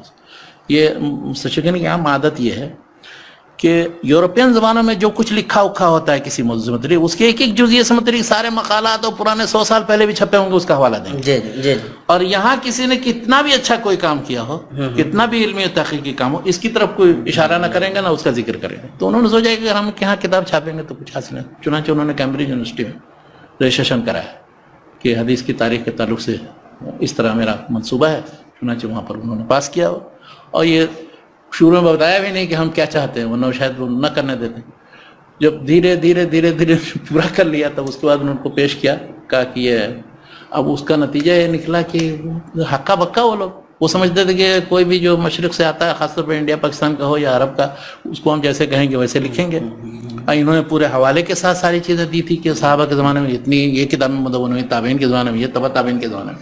چنانچہ ان کی اس کتاب جو بعد میں اسٹڈیز ان ارلی حدیث لٹریچر کے نام سے، دراسات فی الحدیث نبوی کے نام سے عربی میں چھپا، تو وہ انہوں نے کام کیا، اور اس کی وجہ سے وہ مجھ سے چنانچہ آربری نے باقاعدہ اس پر لکھا ہے کہ گواہی دی کہ اس کتاب کے بعد جو ہے اب یہ گنجائش کوئی نہیں رہ گئی کہ ہم یہ کہیں کہ یہ سب سندیں گڑھی ہوئی ہیں. کیا بات ہے، کیا اسی طرح سے انہوں نے تاریخ قرآن سے متعلق اس کے قدیم نسخے اور اس کی تدوین اور اس کی تاریخ جو اس پر انگلش میں کتاب لکھی، امریکہ میں چھپی. یہ سب باتیں ہم لوگ شیک کیے ہوئے تھے، لیکن ہم یہ چاہتے تھے کہ آپ کی ملاقات ان سے. اب ملاقات جو میری ہوئی، ان کے گھر ہم گئے. ایک زمانے میں رہتے تھے مولانا وہ ایک عبدالرقیب بن عبد الباسط بن محمد ادریس بن شمس الحق عظیم آبادی، شمس الحق عظیم آبادی کے پڑپوتے. کیا بات ہے، ماشاء اللہ. وہ انجینئر تھے، آرکیٹیکٹ. تو وہ ریاض میں ان سے ملاقات کرنے کے لیے جاتا تھا. ایک بار میں نے کہا کہ چلیے ڈاکٹر مصطفیٰ اعظمی صاحب سے ملنے کے لیے چلتے ہیں. چنانچہ گئے ان کے گھر. اس زمانے میں وہ جامعۃ الملک سعود میں وہ پروفیسر تھے، اور ان کو 2 فلیٹ دے رکھے تھے. ایک فلیٹ میں رہتے تھے وہ، اور ایک دوسرے فلیٹ میں ان کا سارا کمپیوٹر کا سلسلہ تھا. وہ حدیث کی ساری کتابوں کی جو اہم کتابیں ہیں، کتب ستہ اور موطا، مسند وغیرہ، اس کی فہرست بنا رہے تھے، اور اس کو اس انداز میں داخل کر رہے تھے کہ اس سے پھر وہ استفادہ کیا. اس زمانے میں ابتدائی بالکل وہ یہ سب الیکٹرانک، ابھی ڈیجیٹل مطلب دنیا میں سلسلہ شروع ہوا، ابھی یہ صرف کمپیوٹرائز کر رہے تھے. چنانچہ بعد میں پھر اس کے بعد سنن ابن ماجہ چھاپی بھی انہوں نے، پھر موطا امام مالک چھاپی، اور بھی کچھ. ان کا پلان تھا کہ کتب ستہ اور 9 کتابوں پر تقریباً کام کرنے کا. بہرحال تو وہاں گئے، سے ملاقات ہوئی، گھر میں بیٹھے، الگ سے اردو میں گفتگو ہوئی خوب.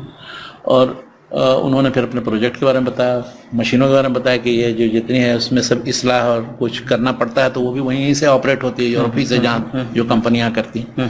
اور یہ لمبا چوڑا ہمارا پروجیکٹ، اس میں کئی آدمی کو انہوں نے لگا رکھا، اس کے بارے میں بتایا انہوں نے. اور پھر ہم لے گئے تھے یہ عبدالرقیب صاحب، اس زمانے میں ہم لوگوں نے تیار کیا تھا کہ غایۃ المقصود شائع کریں گے، تو اس کا مقدمہ ایڈٹ کر کے تیار کر کے چھپنے کے لیے، تو ان کو دیکھنے کے لیے دیا کہ یہ کہا کہ ہاں مولانا شمس الحق عظیم آبادی بہت بڑے محدث اور عالم تھے، اور آپ ان کے خاندان کے ہیں، چھاپیے اس کتاب کو. چنانچہ بعد میں پھر وہ غایۃ المقصود چھپی، اور مقدمہ الگ سے انہوں نے دیکھا اور لیا، کہا یہ بہت اچھا ہے، ٹھیک ٹھاک اس کو چھاپیے اور اچھی علمی خدمت ہوگی، یہ انہوں نے بتایا. اور اس کے بعد پھر ان سے 1-2 مرتبہ اور بھی بعد میں ملاقات ہوئی. مکے میں رہتے تھے پہلے، سب سے پہلے انہیں دیکھا تھا وہاں، یہ گھر میں ملاقات تو ریاض جا کر کے ہوئی. ایک مناقشہ تھا ایک تھیسس کا، تو وہ تھے دکتر مقبل یا کون تھے، ہاں بہرحال کوئی ایک طالب علم تھے، ان کا مناقشہ تھا مدینے میں جامعہ اسلامیہ کے حال میں.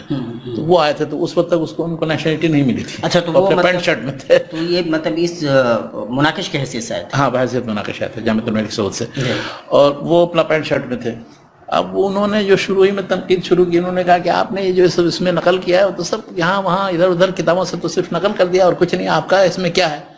تو وہ پھر شیخ مقبل صاحب بھی شروع ہوئے، بسم اللہ الرحمن الرحیم، وما زال العلماء ينقل بعضهم عن بعض، هذا فلان ابن حجر ينقل عن ابن عبد البر، وهذا فلان ينقل عن ابن عبد البر، وهذا فلان. تو ان کے پوچھنے کا مقصد ہے کہ آپ کی اپنی نئی چیز کیا ہے اس تھیسس کے اندر. اب وہ کہہ رہے ہیں کہ نقل کرنا اور ایک دوسرے سے اقتباس لینا یہ تو ہمیشہ سے. اب بہت سخت قسم کا وہ مناقشہ ہوا، اور کافی پورا حال کھچا کھچ بڑا ہوا تھا، یعنی کہیں بیٹھنے کے کھڑے ہونے کی جگہ نہیں باقی رہ گئی. ایک تو اس وجہ سے کہ مقبل صاحب جو تھے، شیخ مقبل بن ہادی الوادعی کا ہی مناقشہ تھا، وہ یمن کے بہت مشہور حدیث کے عالم تھے. وہاں وہ تھے جیل میں، تو تھیسس کا مناقشہ کرانے کے لیے ان کو جیل سے لایا گیا تھا. تو اس وجہ سے بھی سارے طلبہ وہاں جمع تھے کہ دیکھیں ان کے ساتھ کیا ہوتا ہے اور کس طرح کا مناقشہ ہوگا. اور تو حال بالکل بھرا ہوا تھا. اب اوپر سے یہ مناقش ہوئی ہندوستانی اپنے پینٹ شرٹ میں، تو بہت زیادہ، یعنی مجھے یاد ہے 1 گھنٹے تک تقریباً بہت کافی مناقشہ، بہت سخت قسم کا. پہلے ان کو وہاں دیکھا، اور بعد میں پھر ان کے گھر وہاں جا کر کے گیا. پھر بعد میں جب یہاں آتے تھے مکے کے تو ملاقات ہوتی تھی، ہاں ہوتی تھی ایسی ملاقات. لیکن ان کو ان کے کاموں سے پہچاننا چاہیے، اس لیے کہ انہوں نے ایک تو قرآن سے متعلق جو لکھا، دوسرا حدیث سے متعلق جو لکھا، تیسرا انہوں نے فقہ سے متعلق شاخت کی ایک کتاب ہے، اس پر تنقید کرتے ہوئے وہ ایک کتاب لکھی ہے, تو وہ کتاب بھی بہت ہی زوردار تھی. یہ تینوں کتابیں ان کے, اور بھی بہت سے مضامین مقالات لکھے ہیں انہوں نے. ایک ایڈیشن چھاپا ہے صحیح بخاری کا, اس کے شروع میں صحیح بخاری کے جتنے نسخے اور ان پر تبصرہ ہے. موطا کا ایک ایڈیشن چھاپا ہے, تو موطا میں اس کے جتنے نسخے اس کے ہیں اس کا ذکر کیا. تو اس پر بہت اچھا بہترین لکھتے تھے اور تحقیقی انداز میں لکھتے تھے. ان کے اندر کوئی مذہبی تعصب وصب بھی نہیں تھا کچھ. وہ ہونا بھی نہیں چاہیے. اور آپ مطلب محقق ہیں اور مسئلے کی تعصب بھی رکھتے ہیں, تو ہمیں نہیں سمجھ میں آتا کہ پھر آپ کیا محقق ہیں. عبدالصمد شرف الدین صاحب سے بھی, ہاں شیخ عبدالصمد شرف الدین, وہ بھی بہت ہی دلچسپ آدمی تھے.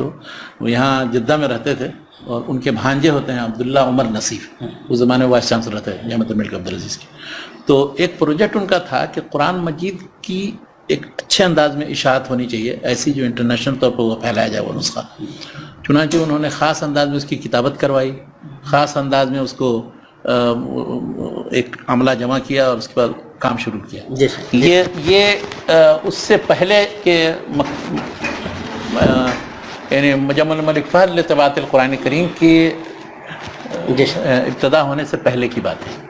انہوں نے یہ پروجیکٹ پیش کیا تھا اپنے بھانجے پر, اور انہوں نے کہا تھا ٹھیک ہے. تو وہیں رہتے تھے وہ, اور 2-4 آدمی ان کے ساتھ کام کرتے تھے, کتابت کرتے. تقریباً 1 ثلث سے بھی زیادہ, نصف سے زیادہ کام ہو چکا تھا. ہر صفحے کی قاعدے سے کتابت کر رہے تھے. تو مگر یہ ہے کہ وہ پھر وہ پروجیکٹ ختم ہو گیا جب مجمع الملک فہد لطباعت القرآن کریم کا وہ کی ابتدا ہوئی. تو لیکن وہ آدمی بہت عجیب غریب تھے. انہوں نے بڑی عمر میں عربی پڑھنا شروع کی تھی, تقریباً 30-35 سال 40 سال کی عمر کے بعد. کیا بات. آئے تھے یہاں حرم شریف, اور شیخ محمد عبدالرزاق حمزہ ہوتے تھے یہاں استاد, تو ان سے پڑھنا شروع کیا. یہیں عربی پڑھی وہ, اور عربی بہترین بولتے تھے وہ. ایک درس میں ان کے استاد نے کہا کہ کاش کہ کتاب تحفۃ الاشراف اگر مزی کی چھپ جائے تو اس سے ساری جتنے کتب ستہ ہیں ان کی سندوں اور متن کی تصحیح ہو جائے گی. تو یہ بات ان کے دماغ میں بیٹھ گئی. انہوں نے پھر اس کے بعد جا کر کے ہندوستان اور اس کی تیاری شروع کی. چنانچہ پریس لگوایا اس کے لیے سارا, وہاں سے جرمنی سے وہ سارا وہ لائے سارا کچھ, اور رد المنطقین اور دوسری کئی کتابیں انہوں نے چھاپی. بعد میں پھر انہوں نے کہا کہ ان کو ہوا یہ, انہوں نے مجھے بتایا, انہوں نے کہا کہ یہ جو الموجب المفرس للالفاظ الحدیثی نبوی ہے جو 8 جلدوں میں, تو وہ 4 جلد تک پہنچی تھی ابھی بیچ میں ہی, اور بہت بہت دن تک وہاں مستشرقین اس پہ کمپوزنگ تصحیح میں بہت وقت لگتا تھا. تو یہ جب جرمنی گئے تو وہاں ملاقات ہوئی ان لوگوں سے. انہوں نے کہا کہ آپ لوگ اتنا وقت لگائے ہیں, پورا یہ تیار ہے, کیسے چھاپنے میں آپ کو اتنی تاخیر ہو رہی؟ آپ ہمیں دیجیے, ہم آپ کو اسی مواصفات انہی نمونے کے مطابق ہم چھاپ کر کے آپ کو. چنانچہ 4تھی جلد کے بیچ میں ایک مخصوص صفحہ ہے, وہاں سے لے کر کے اور 7ویں جلد کے آخر تک ان کے ہاں کمپوز ہوئی. کیا بات. انہوں نے لے لیا اور پیسے بھی ان کو ملے, اور اس کے بعد وہ جیسا ویسے دے دیا ان کو, انہوں نے پھر وہ چھاپا ہوا. تو اس طرح سے وہ کتاب چند سال, 2 سال کے اندر انہوں نے تیار کی, جو وہاں 20 سال لگ جاتا. اور ونسنک نے جو تیار کی وہ, جب پیسے اچھے خاصے ہاتھ آئے تب شیخ ابو الاشبال صاحب مرحوم مجھے بتاتے تھے, کہتے تھے کہ وہ شیخ عبدالصمد صاحب نے کہا کہ اب وہ جو اصلی منصوبہ ہے اس کی طرف لوٹتے ہیں, اس کے لیے پیسے آ گئے ہیں. چنانچہ تحفۃ الاشراف کے جتنے نسخے تھے انہوں نے سب جمع کیے, اور شیخ ابو الاشبال مرحوم اور شیخ عبدالسلام صاحب رحمانی, وہ بھی ہمارے مولانا عبدالسلام رحمانی بھی ہمارے استاد, ان دونوں کو وہاں رکھا, اور نسخ اور مقابلہ اور تصحیح اور ایک خاص نمونہ بنا کر کے کہ اس انداز میں چھاپنا ہے, صحیح صحابی ایسے ہوگا, نمبر ایسے دیا جائے گا, اسٹار ایسے ہوگا, یہ ہوگا, یعنی بالکل وہ عجیب غریب انداز میں اس کتاب کو انہوں نے چھاپا. آپ عربی کی کتابوں میں کوئی کتاب ایسی نہیں دیکھیں, بلکہ ایک بہت بڑے محقق سید احمد صقر یہاں تھے, مصر کے تھے, وہ کسی کو کچھ سمجھتے نہیں تھے, نہ کسی کا اعتراف کرتے تھے. یہ کتاب جب دیکھی انہوں نے کہا کہ یہ تو 20ویں صدی میں اس طرح چھپ ہی نہیں سکتی تھی کتاب, یہ 21ویں صدی میں چھپنے کی چیز ہے. کیا بات, یہ کہتے ہیں ماشاءاللہ. تو وہ اس کی پہلی جلد 1965 میں چھپی اور آخری جلد 1983 میں. ہر جلد وہ تیار کرتے. انہوں نے یہاں تک اس کی منصوبہ بندی کی تھی کہ جتنی جلدیں ہوں گی, 10-11 جلدوں کا تصور کرتے تھے, اور واقعی وہ 13 جلد میں چھپی. جتنی جلدیں, ہر جلد کے لیے جو ٹائٹل اس کا ہوگا وہ کس طرح کا ہرا کاغذ ہے, وہ کاغذ کیا ہے, وہ کپڑے کا تھا, وہ ایک ساتھ ہی لے لیا تھا سب سارا, تاکہ ہر ایک کی ہر جلد مختلف نہ ہو جائے. کیا اور کمپوزنگ اس انداز میں کی, اس طرح سے نمونے دیے نہیں, آپ اگر کہیں کھول کر کے کافی دیکھیں گے تنظیم اور مکمل, بہت بہت بہت, کیا بات ہے. اور یہاں موٹا حرف ہونا چاہیے, پتلا ہونا چاہیے, بریکٹ میں اس طرح سے حوالہ دینا چاہیے, اور یہ ان ساری کتابوں اور ابواب کا حوالہ بھی, مثلا ایمان 14, تو اب اس کے لیے پھر ایک فہرست الگ سے انہوں نے خود تیار کیا, الکشاف عن توبۃ الاشراف کے نام سے. تو مطلب وہ عجیب غریب آدمی تھے, مطلب یہ کتاب. تو ہم لوگ جب مطلب سعودی عرب میں ابھی گھوم رہے ہیں تو فہد الرحیم صاحب سے بھی ملاقات, ڈاکٹر فہد الرحیم, ہاں ڈاکٹر فہد الرحیم تو ابھی بھی ماشاءاللہ ہیں, مجھے ملک فہد میں کام کرتے ہیں وہ. ان سے جب مدینے میں تھا میں, تو معہد اللغت العربیہ سمجھیے کہ اس کی پوری, اس کا پورا خاکہ بنانا اور اس میں نصاب تعلیم, اس سے متعلق سب کچھ سمجھیے انہوں نے ہی تیار کیا. کیا بات ہے. اور ایک عرصے تک وہ اس میں کام کرتے رہے. بعد میں جب ریٹائر ہوئے تو پھر وہ مجھے ملک فہد میں چلے گئے, اس لیے کہ کئی زبانیں جانتے, یہ تقریباً 12-13 زبانیں جانتے ہیں. فہد الرحیم صاحب 12-13 زبانیں جانتے ہیں. یونانی زبان جانتے ہیں, عبرانی زبان جانتے ہیں, اور جو ہندوستان کی جنوبی کی زبانیں وہ سب جانتے ہیں. تو انہوں نے پی ایچ ڈی جو کی ہے وہ المعرب جوالیقی کی ایک کتاب ہے, تو اس کی تحقیق, معرب میں یہ ایسے الفاظ ہیں جو غیر عربی زبانوں سے عربی میں لیے گئے. تو اس کی تحقیق یہ نہیں کہ وہ خالی حوالہ نکالنا, وہ انہوں نے ہر لفظ کی پھر تحقیق کی کہ واقعی یہ کس زبان کے ہیں اور اس زبان سے کس طرح سے تبدیل ہو کر کے, تو اصل زبانوں سے ان کی ڈکشنری سے استفادہ کر کے لکھا. تو وہ تحقیق بالکل یہ نہیں ہے جس کو کہتے ہیں اصول الکلمات معلوم کرنا, کہ اصل لفظ کیا تھا, اس کے بعد دوسری زبان میں آیا, پھر وہاں سے کیسے منتقل ہو کر کے عربی میں آیا. لوگ ایسے عام طور پر لکھ دیتے ہیں کہ یہ سریانی زبان کا لفظ ہے, یونانی زبان کا لفظ ہے, رومی زبان کا لفظ ہے, لیکن حقیقتاً نہیں ہوتا ہے وہ. تو انہوں نے ہر چیز کی تحقیق کی. کیا بات ہے. تو یہ لسانیات کے خاص طور پر یہ ایٹیمالوجی جو اصول الکلمات اس کے ماہر ہیں, اور ان سے ملاقات ہوئی. بلکہ میرے جو ایم فل کے مقالے کا جو حال ہی کے تعلق سے تھا, اس کا مناقشہ بھی انہوں نے ہی کیا. اچھا ماشاء, مناقش کی حیثیت سے. کیا بات ہے. اور وہ یعنی جب بھی ملاقات ہوتی ہے اچھی طرح جانتے ہیں ماشاءاللہ. کیا بات ہے ماشاء اللہ. اور وہ انہوں نے جو یہ کتاب لکھی ہے جو تقریباً میری دنیا میں سب سے زیادہ وہ عربی سیکھنے والے, تعلیم لغت العربی لغیر, یہ جو 3 حصے میں بہت اچھی کتاب ہے. افریقہ, امریکہ, یورپ, ہندوستان, ہر جگہ, پاکستان, ہر جگہ ماشاءاللہ. بلکہ اگر اس کی روشنی میں پڑھانے والے ٹھیک ٹھاک سے پڑھائیں اور مشق کرا دیں, اس میں اتنے آخر میں تمرینات ہیں تو اچھی مشق ہو جاتی ہے. بغیر قواعد اور اس کی تفصیلات دیے ہوئے انہوں نے ساری چیزیں ڈال دی بہت سلیقے سے ماشاءاللہ. بلکہ جو ہمارے احباب جو عربی پڑھانے پہ معمور ہیں, اگر وہ استفادہ کریں تو یہ بہت اچھی چیز ہو ماشاءاللہ, اور عملی اسپرٹ اس میں بہت گہرائی سے موجود ہے ماشاءاللہ. جزاک اللہ خیر. شیخ, ہم لوگ ایک مطلب پھر اپنے آپ کو ہندوستان کی طرف لے کر کے چلتے ہیں, اردو سے جوڑتے ہیں. ڈاکٹر سید عبداللہ صاحب سے آپ کی ملاقات ہے. ڈاکٹر سید عبداللہ صاحب پنجاب یونیورسٹی میں وہ اردو دائرہ معارف اسلامی, اردو انسائکلوپیڈیا آف اسلام, اس کے اس زمانے میں چیئرمین تھے.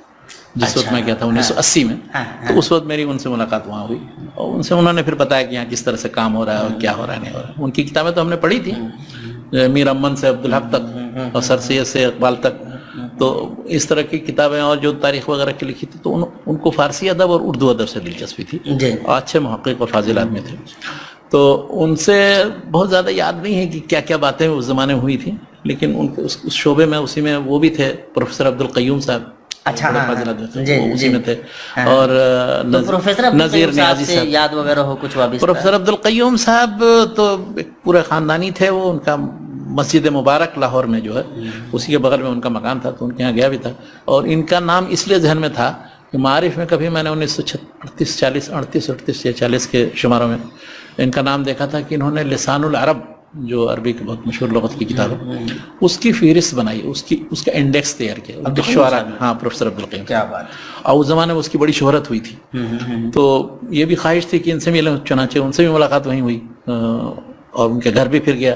پھر میں نے کہا بھی کہ وہ کہاں اگر ایک نسخہ ہو تو پتہ نہیں کہیں کسی جگہ رکھا ہوا تھا. وہ پہلے وہ چھپتا تھا, وہ اورینٹل کالج میگزین کے زمیمہ کے طور پر تھوڑا سا 2-1 فرما چھپتا تھا, اس میں سے جمع کر کے 1-2 نسخہ انہوں نے بنانا. تو ایک نسخہ مجھے دیا تھا انہوں نے شعراء کے بارے میں اور قوافی کے بارے میں. وہ پہلی فہرست ہے جو لسان العرب, بعد میں تو لوگوں نے اور فہرستیں بھی بنائی, لیکن بہت ہی اچھی اور دقیق فہرست ہے. تو پروفیسر عبدالقیوم صاحب بڑے نشیط آدمی تھے, اور کافی. ڈاکٹر بہاؤدین صاحب سے ملاقات, اور ڈاکٹر بہاؤدین صاحب سے پاکستان میں نہیں ملاقات, انگلینڈ میں بھی ملاقات. اچھا ماشاءاللہ. وہ انہوں نے پتہ نہیں کیا لکھ دیا تھا کسی شخص سے متعلق, کچھ تو اس پر لوگ بڑا وہاں پر جذباتی ہوتے ہیں، کسی بھی مسئلے سے مطلب غصہ ہو گئے، یہاں اتنا مسئلہ بڑھا آگے کہ ان کو چھوڑ کر کے وطن جانا پڑا، چنانچہ وہ انگلینڈ میں ہے ابھی. تو انگلینڈ جب گیا وہاں تو وہ جہاں رہتے ہیں وہاں بھی ملاقات ہوئی، ان کے گھر بھی گیا، لیکن سب سے پہلے ملاقات ہوئی تھی لندن میں. وہ اس زمانے میں تاریخ الحدیث کا مواد جمع کر رہے تھے، تو ماشاء اللہ تو برٹش لائبریری میں جانا آنا تھا، تو میں بھی جا رہا تھا، تو ایک مرتبہ تو انہیں کے ساتھ پھر گیا. تو اس وقت میں نے دیکھا کہ بڑا انہوں نے محنت کر کے وہ ساری چیزیں، سارا ریکارڈ سب کچھ وہ دیکھا ہوگا. ان کے گھر بھی گیا تو ساری چیزیں سب بہت زیادہ.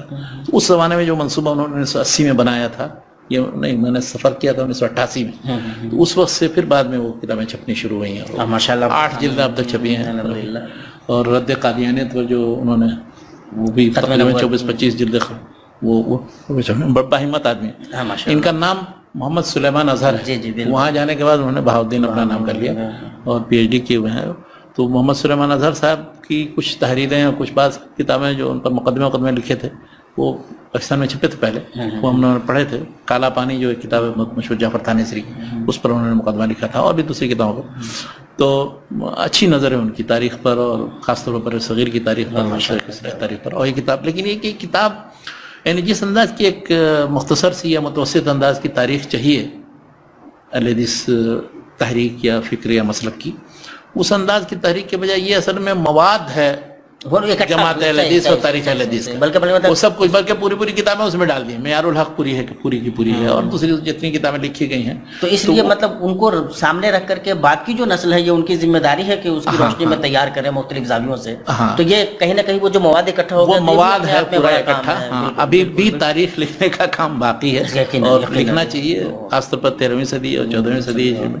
اور ابھی اس وقت بہت ساری نگاہیں آپ کی طرف بھی مرکوز ہیں، لیکن یہاں رہ کر کے تو وہ تاریخ لکھی نہیں جا سکتی. پتہ نہیں کیسے یہ ڈاکٹر بہاؤالدین صاحب نے انگلینڈ میں رہ کر کے لکھ لیا سارا مواد جمع کر کے. میرے پاس بھی ہے یہاں کچھ مواد، لیکن لکھنے کے لیے وہ ماحول، وہ مواد، وہ چیزیں ہونی چاہیے پیش نظر. میرے پاس تو اگر مطلب 2-4 کتاب یا موضوع یا اس سے متعلق کوئی چیز نہ ہو تو پھر اس پر قلم ہی نہیں اٹھاؤں گا جب تک کہ سب چیز چیک نہ کر لوں. لیکن یہ ایک وسوسہ بھی ہے، ہم جیسے لوگوں کے ساتھ جو شیطان وسوسہ الخناس لگا ہوا ہے، یہ ہوگا کہ وہ سارا کام رہ جائے گا. اس لیے ہم لوگ تو بہرحال گزارش یہی کریں گے، اور ہمارے بہت سارے احباب عام یہاں رہ کر کے وہ کام کریں نا. میں ابھی تھا انڈیا کے سفر میں، تو کئی سارے بزرگوں نے، دوستوں نے اور ذمہ دار قسم کے لوگوں نے یہ گزارش کی کہ شیخ کی نظر ہے ماشاءاللہ تاریخ پہ، اور کام بھی انہوں نے ایک موقع سے کیا ہوا ہے رجال پہ، تو وہ سب کام سامنے آنا چاہیے. اور ہم بہرحال وہ آواز میں آواز ملاتے ہیں، اور سمجھتے ہیں کہ ہو جانا چاہیے. وہ دعا کیجیے کہ اللہ تعالیٰ توفیق دے دے. اللہ تعالیٰ کی توفیق کے کوئی کام نہیں اللہ پاک بہتر توفیق دے، اور وہ کام آ جائے بہرحال سامنے، تو یہ زیادہ اچھا ہے. ہم لوگ پھر اب اپنی بات انشاءاللہ گفتگو ختم بھی کریں گے. ایک دو اور شخصیت کو، نثار احمد فاروقی صاحب سے آپ کی ملاقات. نثار احمد فاروقی صاحب سے، وہ وہاں رہتے تھے بٹلہ ہاؤس میں، ان کا مکان تھا، اور ریڈیو میں بھی کام کرتے تھے. تو ان کی جو بعض چیزیں چھپی ہوئی ہیں مختلف تصوف کی تاریخ کے تعلق سے، یا سیرت نبوی کی ابتدائی جو تاریخ ہے اس پر جوزف ہارووٹس نے کتاب، بلکہ اس کی کتاب ابھی کتابی شکل میں نہیں چھپی ہے، وہ مقالات کی شکل میں اسلامک کلچر میں کئی قسطوں میں چھپی تھی، جو حیدرآباد سے نکلتا ہے. بہت اہم علمی مجلہ تھا. تو انگلش میں اس نے، ہارووٹس نے جو کتاب لکھی تھی اس میں چھپی، اس کا عربی ترجمہ المغازی الاولی و مؤلفوها کے نام سے عربی میں چھپا، اور اسی کا اردو ترجمہ انہوں نے کیا تھا. سیرت نبی کی ابتدائی کتابیں ان کے مؤلف ہیں، تو وہ کتاب دیکھی تھی. اور دوسری کتابیں، ایک بار ان سے ملنے کا شوق ہوا تو ان کے گھر گئے، تو بات چیت ہوئی. تو اس زمانے میں وہ جو ثقافت الہند نکلتا تھا اس کے وہ ایڈیٹر بھی تھے. تو انہوں نے کہا کہ اگر آپ بھی کوئی اس میں مضمون دینا چاہیں تو آپ دیجیے گا، لکھیے گا، آپ لوگ وہاں سے بھیجیں تو اچھا رہے گا اس مجلے میں شائع کرنا. چنانچہ لیکن ہم لوگ پھر بھیج نہیں سکے اس میں کوئی مقالہ. یہاں کی مشغولیت اصل میں دوسرے طرح کی. میں کہنا یہ چاہتا ہوں آخر میں کہ اہل علم کو، خاص طور پر ایسے ریسرچ اسکالروں کو جو ہندوستان میں ہیں، ان کے پاس مواد دستیاب وہاں موجود ہے، ان لوگوں کو چاہیے کہ ہندوستان کے تعلق سے، اس کے مختلف پہلو سے، اس کی تاریخ پر، اس کے ادب پر، اس کی شاعری پر مواد وہاں تیار کریں، اور چاہے وہاں چھپیں یا ہندوستان کے باہر بھی چھپیں. یہاں ہندوستان کے باہر بھی وہ مطلوب ہے مختلف عام علمی اداروں میں اور مجلات کے اندر. لیکن اب یہاں بیٹھ کر کے ہم ہندوستان کے بارے میں لکھتے ہیں، یہ تو عجیب غریب چیز ہے. یہاں تو ہم عربی اور عرب ممالک اور مخطوطات اور چیزوں کے بارے میں لکھتے ہیں. جزاکم اللہ خیر شیخنا بارک اللہ فیکم. ہم لوگوں کا ٹائم بھی ظاہر ہو چکا ہے اور ہندوستان بر صغیر کے علماء مفکرین ادباء نقاد وغیرہ سے متعلق شیخ سے گفتگو ہوئی 3 مختلف سلسلوں میں. انشاءاللہ آئندہ ہم عرب دنیا یا بر صغیر کے باہر جن لوگوں سے شیخ کے مراسم رہے ملاقاتیں رہی ہیں یادیں وابستہ ہیں انشاءاللہ ہم ان کو ٹچ کریں گے. آئندہ ہفتے ہم پھر شیخ کو انشاءاللہ زحمت دیں گے. دعا کریں اللہ تبارک تعالیٰ شیخ کو صحت عافیت کے ساتھ لمبی عمر سے نوازے, آپ کا سایہ ہم پر تادیر قائم رکھے, ہم استفادہ کر سکیں. ساتھ ہی ساتھ یہ بھی دعا کریں کہ شیخ کو اللہ تبارک تعالیٰ بہتر توفیق دے کہ تاریخ کا جو کام انہوں نے اپنے ذمے کا بھی لیا تھا اس کام کو پورا کر سکیں. رجال پہ جو کام ہے وہ انشاءاللہ سامنے آ جائے تو انشاءاللہ ایک سرمایہ ہوگا اور ہماری جو نسل ہے وہ انشاءاللہ استفادہ کر سکے گی, اور ہم انشاءاللہ کوشش کریں گے شیخ بعد میں آنے والی نسل تک پہنچائیں انشاءاللہ. لیکن جو آپ لوگوں کے پاس ہے وہ بہرحال سامنے آ جانا چاہیے اور ہمیں پورا یقین ہے کہ انشاءاللہ وہ ایک بہتر سرمایہ ہوگا.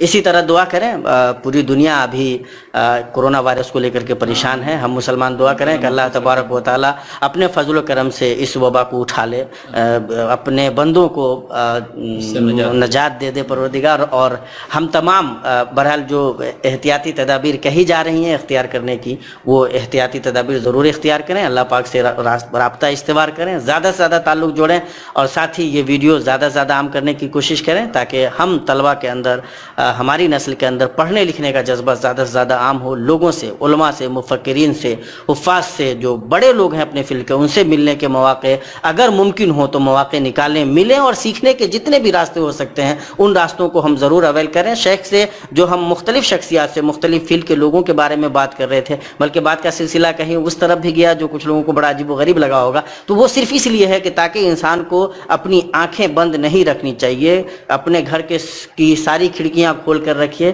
ہر طرح کی ہوا آنے دیجیے اور خود ریفائن کر لیجیے کہ کون سی ہوا رہنی چاہیے اور کون نہیں رہنی چاہیے. اپنی شخصیت کی تعمیر و تشکیل انشاءاللہ اس انداز میں کیجیے انہی چند کلمات کے ساتھ اور اس گزارش کے ساتھ کہ انشاءاللہ زیادہ سے زیادہ ویڈیو کو عام کیجیے تاکہ شیخ سے استفادہ زیادہ سے زیادہ لوگ کر سکیں. آپ کر رہے ہیں تو آپ کے دوست احباب بھی کر سکیں. والسلام علیکم ورحمۃ اللہ وبرکاتہ.